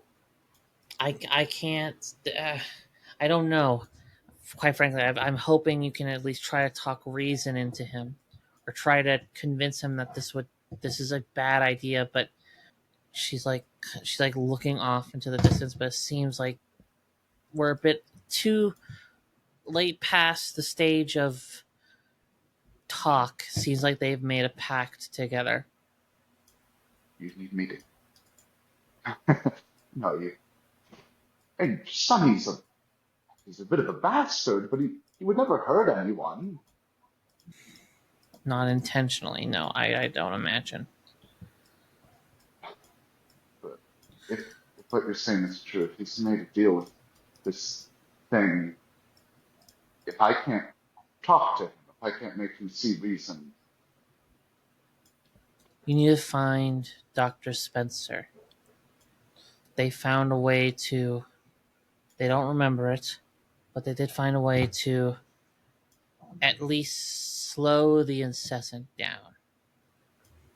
Give you time, give all of us time to come back and save the Bay of Thaddeus.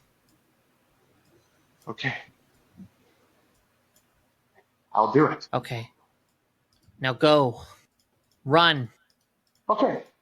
And then he's gonna start bolting. And as you run straight into Dr. Spencer. You run out of the fog, you run straight into them. Yeah. She absolutely lands on her ass. Yeah. Ah, Dr. Spencer. Vivian! Oh, thank gods. All right. First of all, you need to carry either the camera or the diving suit. I don't care which. Doctor, forget all of that. This isn't a scientific expedition anymore. It's always a scientific expedition. Also, boy, it's useful to have light, like in the flash powder for the camera. Boy, it's useful to have a way to get through flooded caves. Also, fire and water purification. Fine. All right, I'll carry it. But then you have to listen to me. I have something that I need to tell you. Oh, of course. And she loads the bulky box of waterproof box of photographic equipment into Vivian's arms. Have you seen anyone else? Should I keep going the way I'm going, or should we try another way? I'm not sure. Dr. Spencer, I need you to answer me this very seriously. All right. Do you think that I am crazy? Dr. Spencer pauses, and you can see her mind working as she's clearly weighing various things to say. And finally, she says, crazy is a very non-specific word. Do you think that my visions are the result of a mental illness? You have visions? These, I was the people on the beach. Those weren't people, Dr. Spencer. Those were ghosts. You know what? I think you need to sit down, Vivian. Let's take a moment. We found each other. We have company.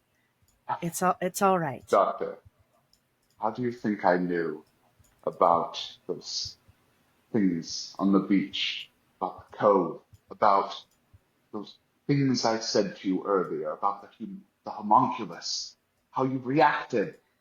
You must know that something beyond your field of study is not something very serious is going on here, and I need you to believe me, or this island is in more danger than you could ever imagine. All right. The memory.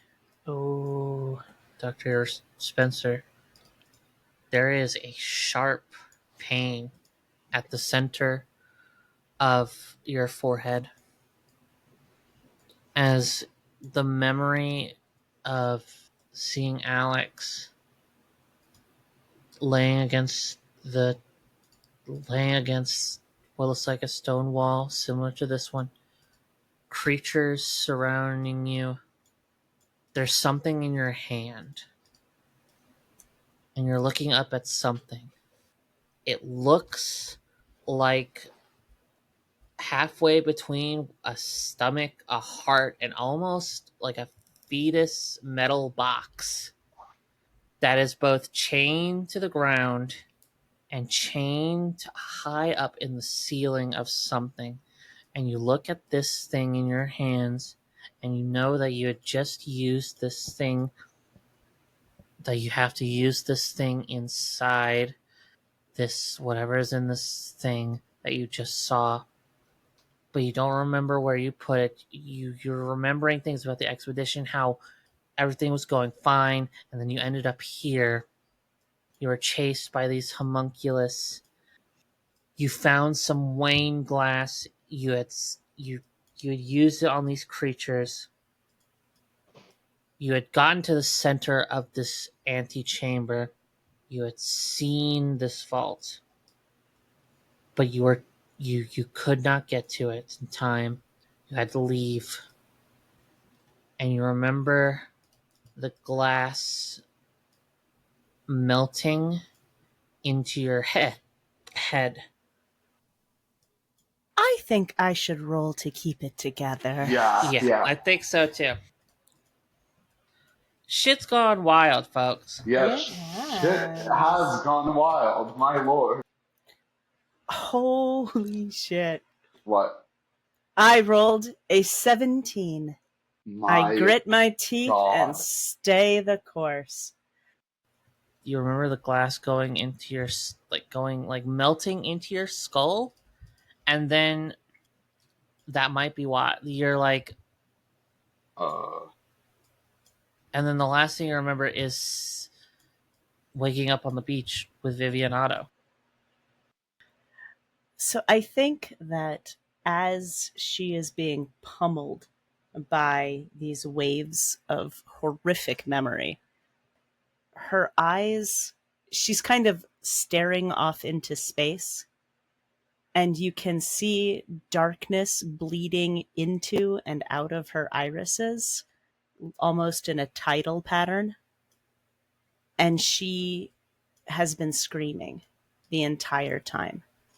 And when she pops out of the memory, her throat is sore and raw, and there's that faint copper taste of blood in the back of her mouth from where she has screamed herself hoarse. Doctor? There was glass. It's in my head. It's in my head. They're all dead. It's in my head. Hey, doctor, I'm here. It's all right. And you see kind of protruding from your head, Doc, the Wayne glass is sticking out almost like a unicorn horn. Is this real? Is Vivian seeing this, or Vivian is this this is no, this is real. Yeah. Good times. As you're saying, it's in my head, and everyone is dead. Oh, it just kind of slides out. Yeah, and it gets kind of stuck. So I think, does Eurydice want to try and pull on it? I think she reaches up and she hesitantly touches the cold, smooth glass that is projecting from her head, and she lightly taps it to see if it feels like it's part of her or a foreign object inside her. It's a foreign object inside you. I would say you think with a little bit of effort you could pull it out. This sounds like a fabulously dumb thing to do. I think that Eurydice lightly sets her fingers on the tip of the point and gently tugs. You're gonna have to wrap it with, wrap your whole hand around it. This isn't like a. You're gonna have to just. Yep. When she touches it, is there pain? Is there pressure? Is there discomfort? Is there agony? Oh, there's All the above. You are pulling something that is not supposed to be in your head Yep. out of your skull. So Yuri looks at Vivian and says, "Have you ever been present when someone extracted an impaling object?" Oh, Doctor, are you sure you want to do this? I'm asking if you, Mr. Otto, Mhm. have ever been present when someone attempted to remove an impaling object.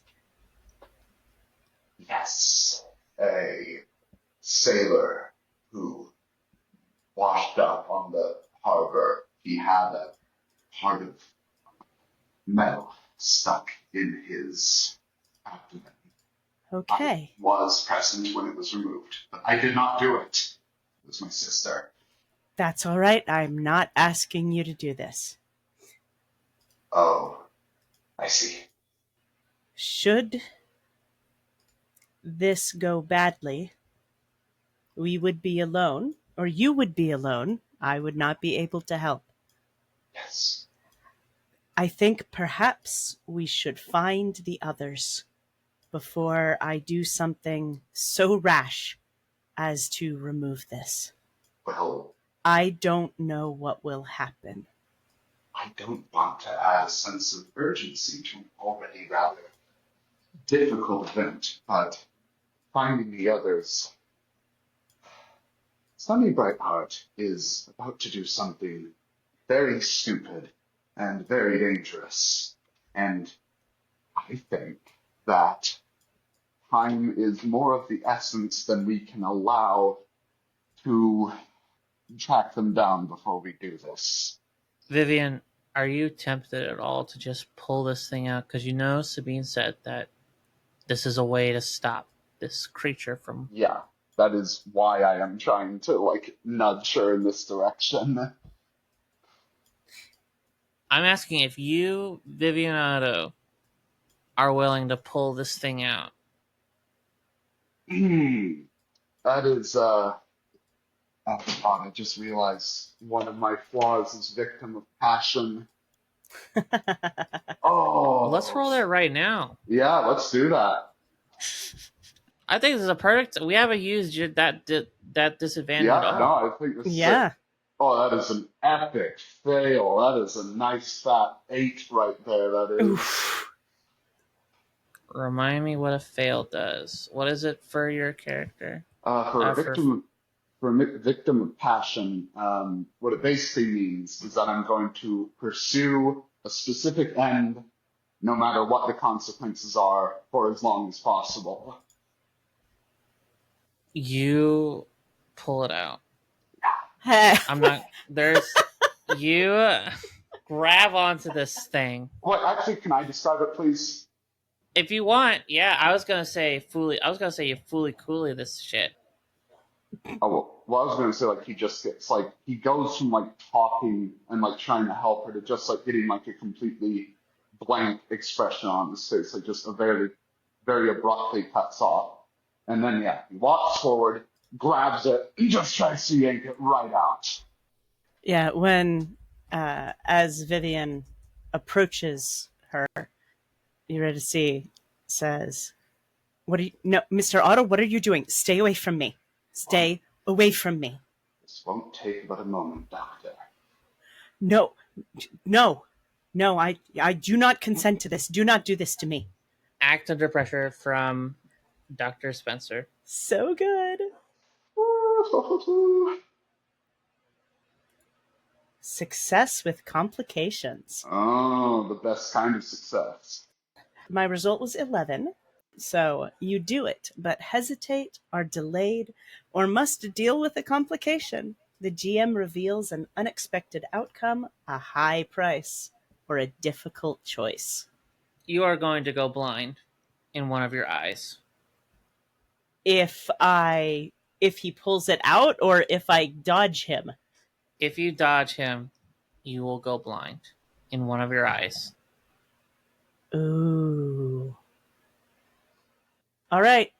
I think that the more interesting choice is for Yuri to try to get away, but ultimately fail. Okay. And yes, You I'm fully aware that there will be a lot of consequences for this very creepy course of action on my part. But it is very juicy and I think very great. She is absolutely screaming bloody murder the entire time. Yeah, and he's got like that slasher serial killer kind of look on his face at this point. you pull it out. There is a little bit of skin attached to it, but you've managed to pull out what I can only describe as very blade-like. It's about a foot long. It's very smooth but very sharp. I think Vivian's like holding on to it, and there is like a little bit of blood running down his hand, mixed with Dr. Spencer's blood. Dr. Spencer, you are on your hands. Oh wait, yeah, you are. I think you're like on your ass right now, and your head is just throbbing, and like the you now have access to the see through the illusion. Ooh. Ooh. Sounds like I'm rolling See Through the Illusion. And shit's gone bad. Shit's gone real bad real fast.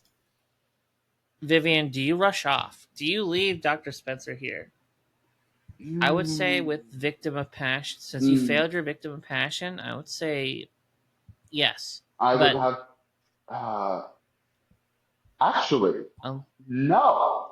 oh really? I am going to use my enhanced awareness to attempt to see it through the illusion. What are you looking for? He's specifically like looking at the glass and looking at this place and trying to like figure out its true nature because his passion is not stopping Sunny.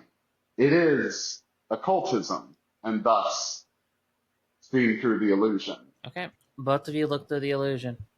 Okay. My result is 13. Success with complications. You see reality, but you also affect the illusion. The GM chooses one. Something senses you, or the illusion tears around you. Oh. Okay, what was your roll? So that's a failure for enhanced awareness. The illusion tears.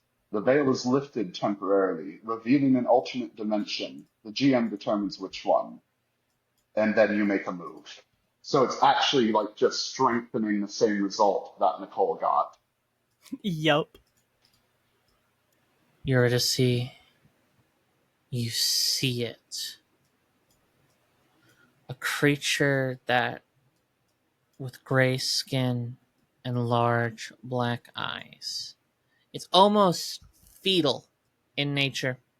I'm sorry, I know there's been a lot of baby imagery, and I apologize for that. I didn't do the kid thing very deliberately. I'm fine. Yeah.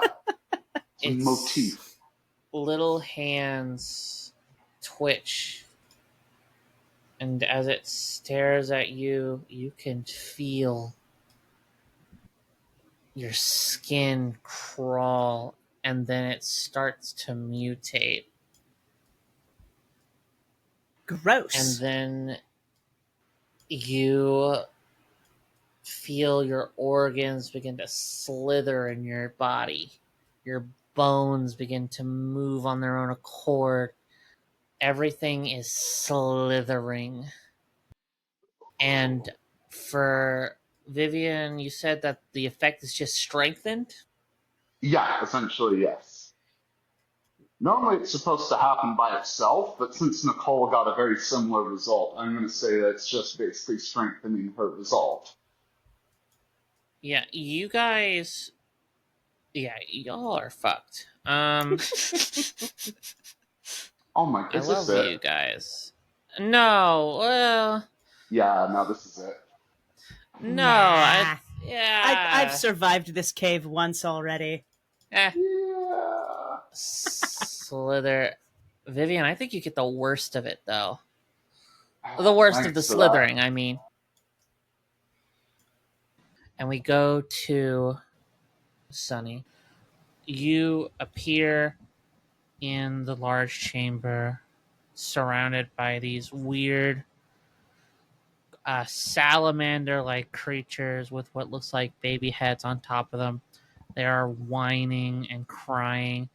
This is a very large cabin you're in, but the sound is almost deafening to you as you are kind of surrounded by these creatures.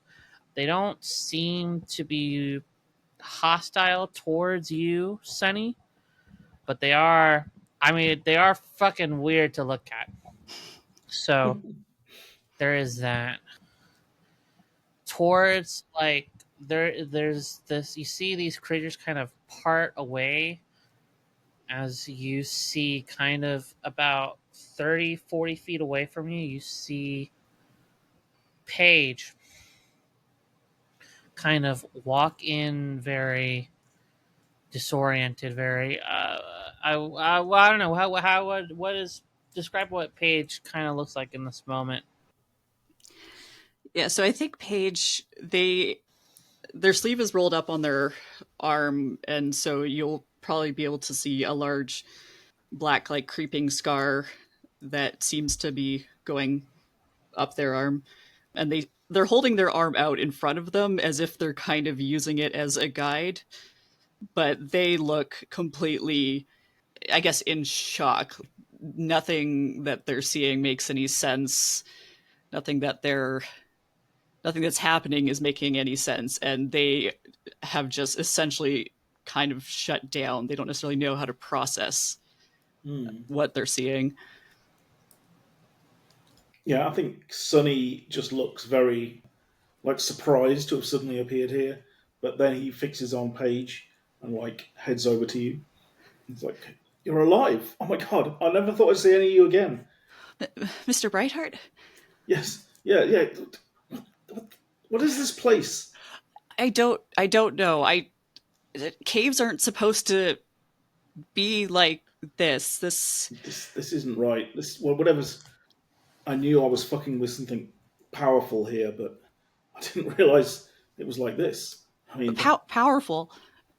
As you look around, probably for the first time, Sunny and Paige, you see kind of above you 4 large, almost black iron chains that are about the size of a person and as thick as a bowling ball.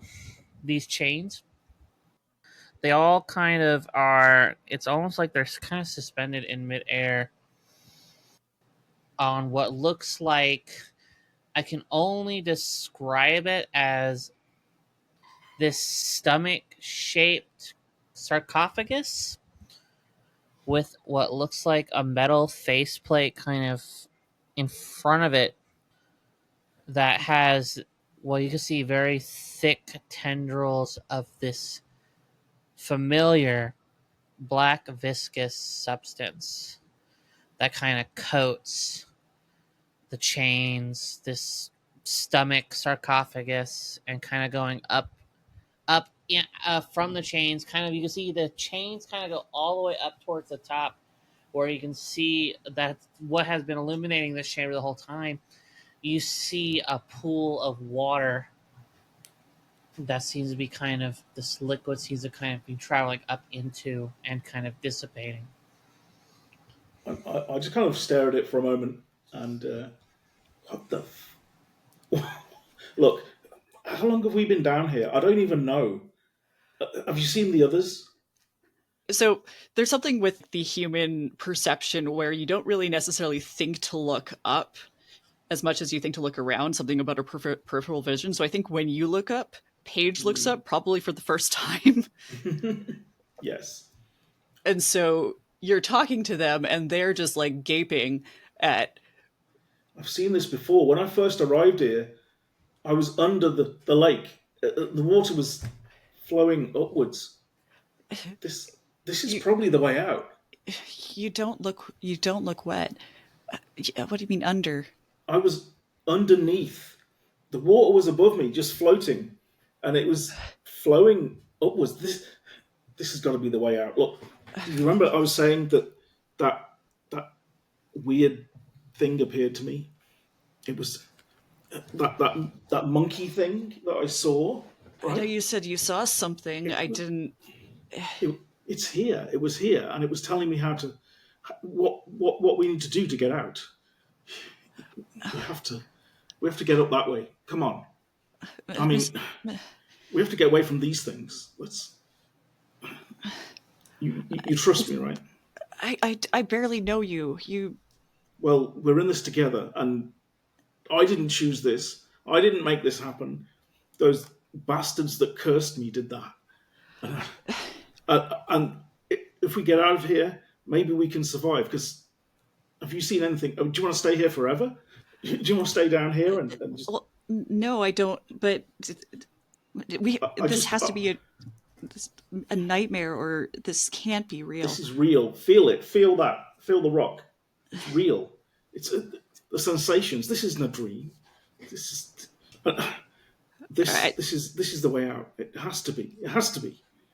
I do think Paige will reach up their arm and kind of brush the side. I don't, now that you mention it, I don't think Paige has touched anything except for the stuff that they found in the wreckage. Yeah. Okay, you the way out. How is this the way out? Well, look, the water's going up. The water that I was under was flowing up, and I just think, I don't know. It said this was the way for us to get out. All we have to do is get up past that thing. Come on, I'll give you a hand. Okay. These creatures, they continue to make noise, but they don't. All right, just don't try and touch any of those. Whatever they are. Yeah, I can't think about that. I'm going to grab onto one of these big chains. I'm gonna grab onto one of these baby heads. I was like, use it like a crystal ball. yeah. I mean, you ever touched like something that's been in water for a while and it's like algae has started to grow on it? Yeah, that's slimy. It feels like that. Yeah, it's all slimy and gross. Oh, this is really slippery. Okay, I'm going to wrap my arm around it at the elbow and just pull myself up, and then try and find some footholds in the rock to get close to this sarcophagus. I think if we get on top of this, we can do it. And I'll grab Paige's hand and kind of we'll both try and climb up.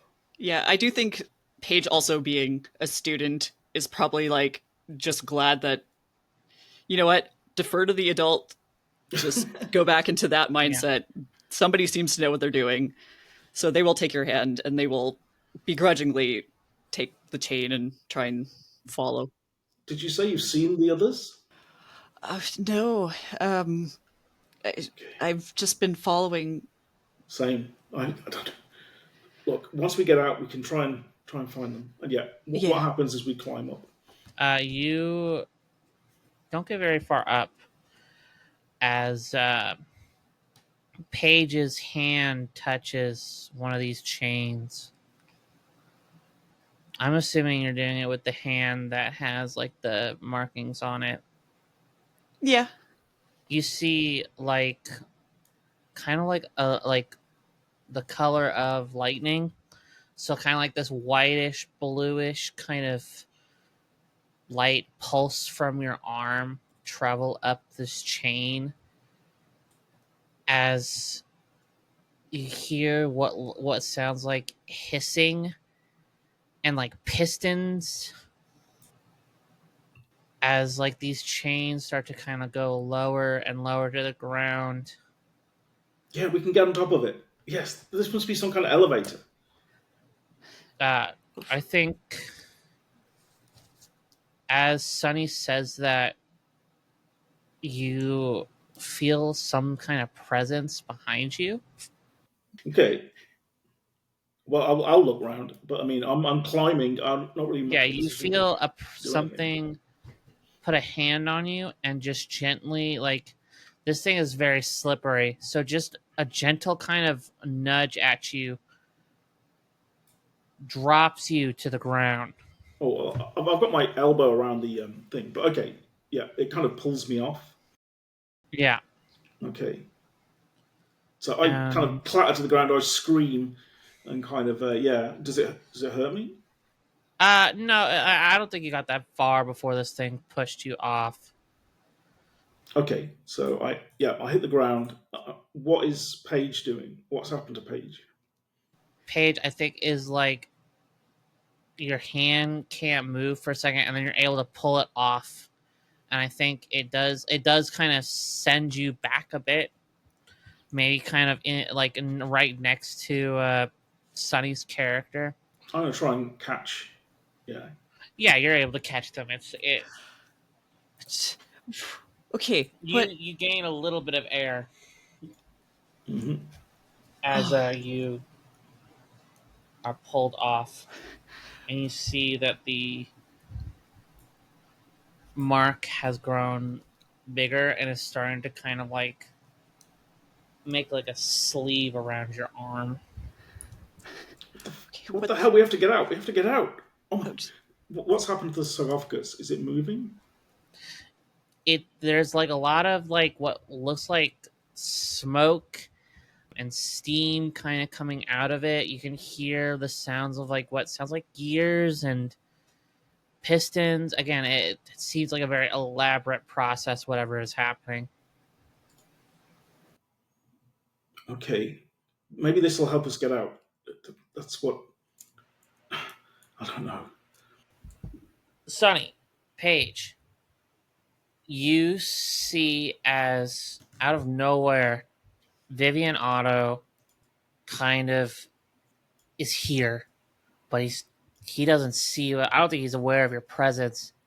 As we see the vault fully, and like I said, it's almost like this stomach. It looks like an iron stomach slash heart slash yeah. It is chained. It's got 4 chains to the ground, 4 chains up above, and you see it start to open.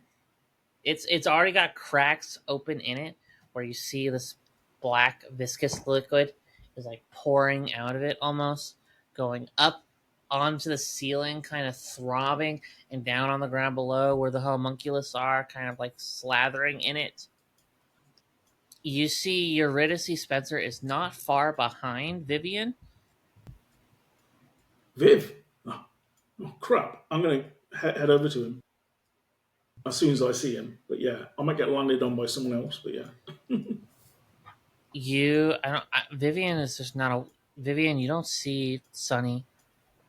You just see this creature.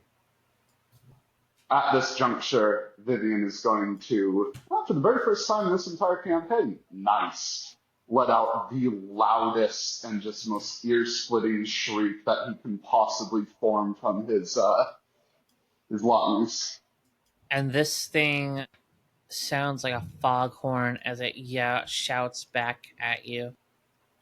I'm going to try and wrestle him to the ground, unless something else stops me. I was under the impression that I would have already fallen to the ground. Yeah, but you're like wigging out, right? So I'm going to, just... Wigging out! Eurydice, you are not you don't feel like you're slithering anymore. I think Vivian is taking most of the brunt of this. But the blade thing has kind of fallen to the ground.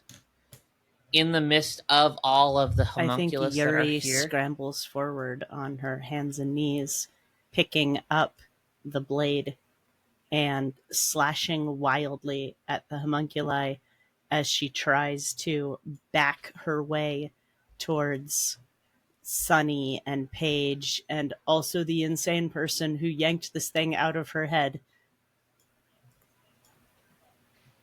Yeah. And you swing it wildly. That's going to be engaging combat. Ooh. This is a terrible idea. I can't wait to suffer for it. With my extremely sexy -2 in violence.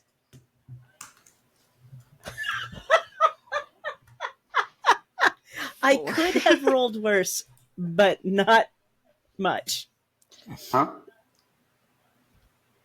So you're swinging it wildly. Are you? I don't even think you're aware No, of what you're swinging I at. just had a foot-long blade of glass removed from my forehead from a space that is not, in fact, a foot long. I have a bloody hole in the middle of my forehead. I was thinking kind of like a socket of like a tooth, or if you've ever seen a picture of that's an fair. animal that has had its horn cut out, like that kind of. Oh yeah. Yeah. So Yeah, really, gruesome, she just needs to be safe, and the homunculi are not safe, and Vivian is not safe. She knows Paige. Sunny is not safe, but right now he is more safe than Vivian and the homunculus. So, heading panicked for safety, just slashing wildly at any homunculus that gets within arm's reach. Yeah, no, you're tech. You're not like you are going to cut some fuckers up, but it is not who you thought it was. Sorry, Sunny. Not sorry, Vivian. No, I don't. Hey, I have a hole that you put in me. Now you get a hole that I put in you. Alex, I think that's the name of the episode. The hole that you. Yeah. Never should have rolled that, honestly. No, I actually feel bad Oh, now. don't. Like, super this bad. is marvelously fucked up. Yeah. This is a horror No, podcast. I do. Let's go. I know. You stab Ooh, Paige. You bastard. Yeah.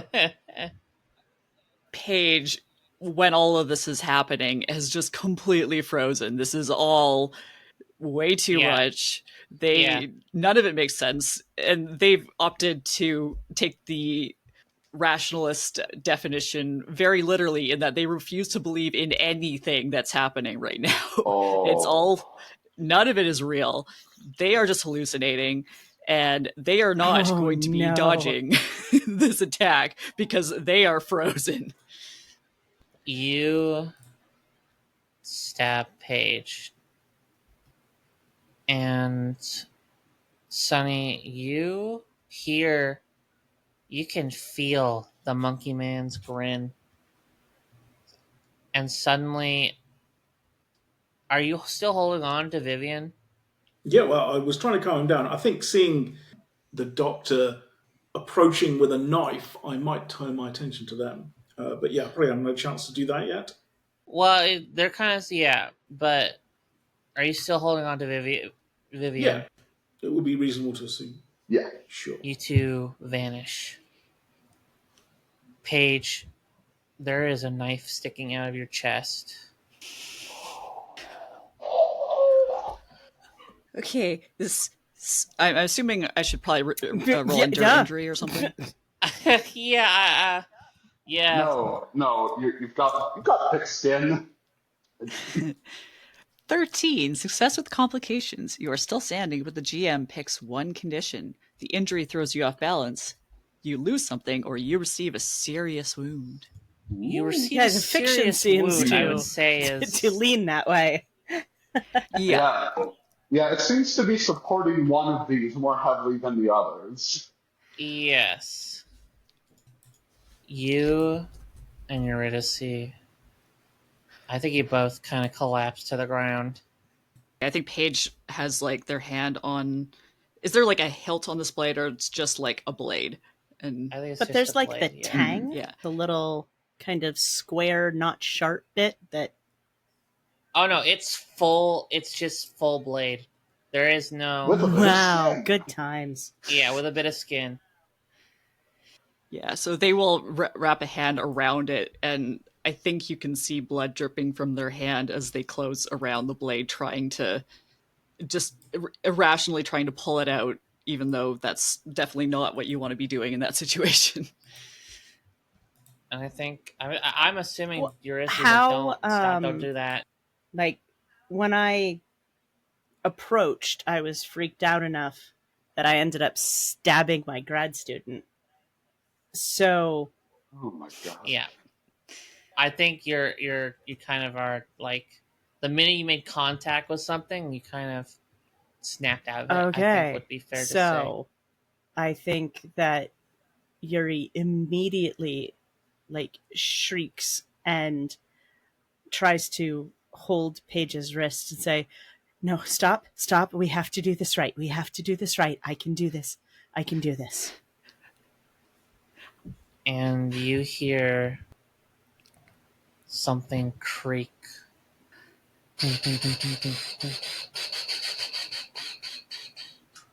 The homunculus are all surrounding you. They're nipping at you, trying to get at you.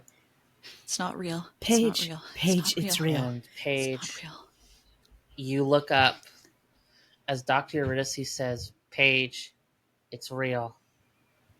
We see what I described earlier. Gray skin, large black eyes. This dead, living creature begin to make noise. And the noctuary closes. You Until rat next bastard. Oh no! Motherfucker!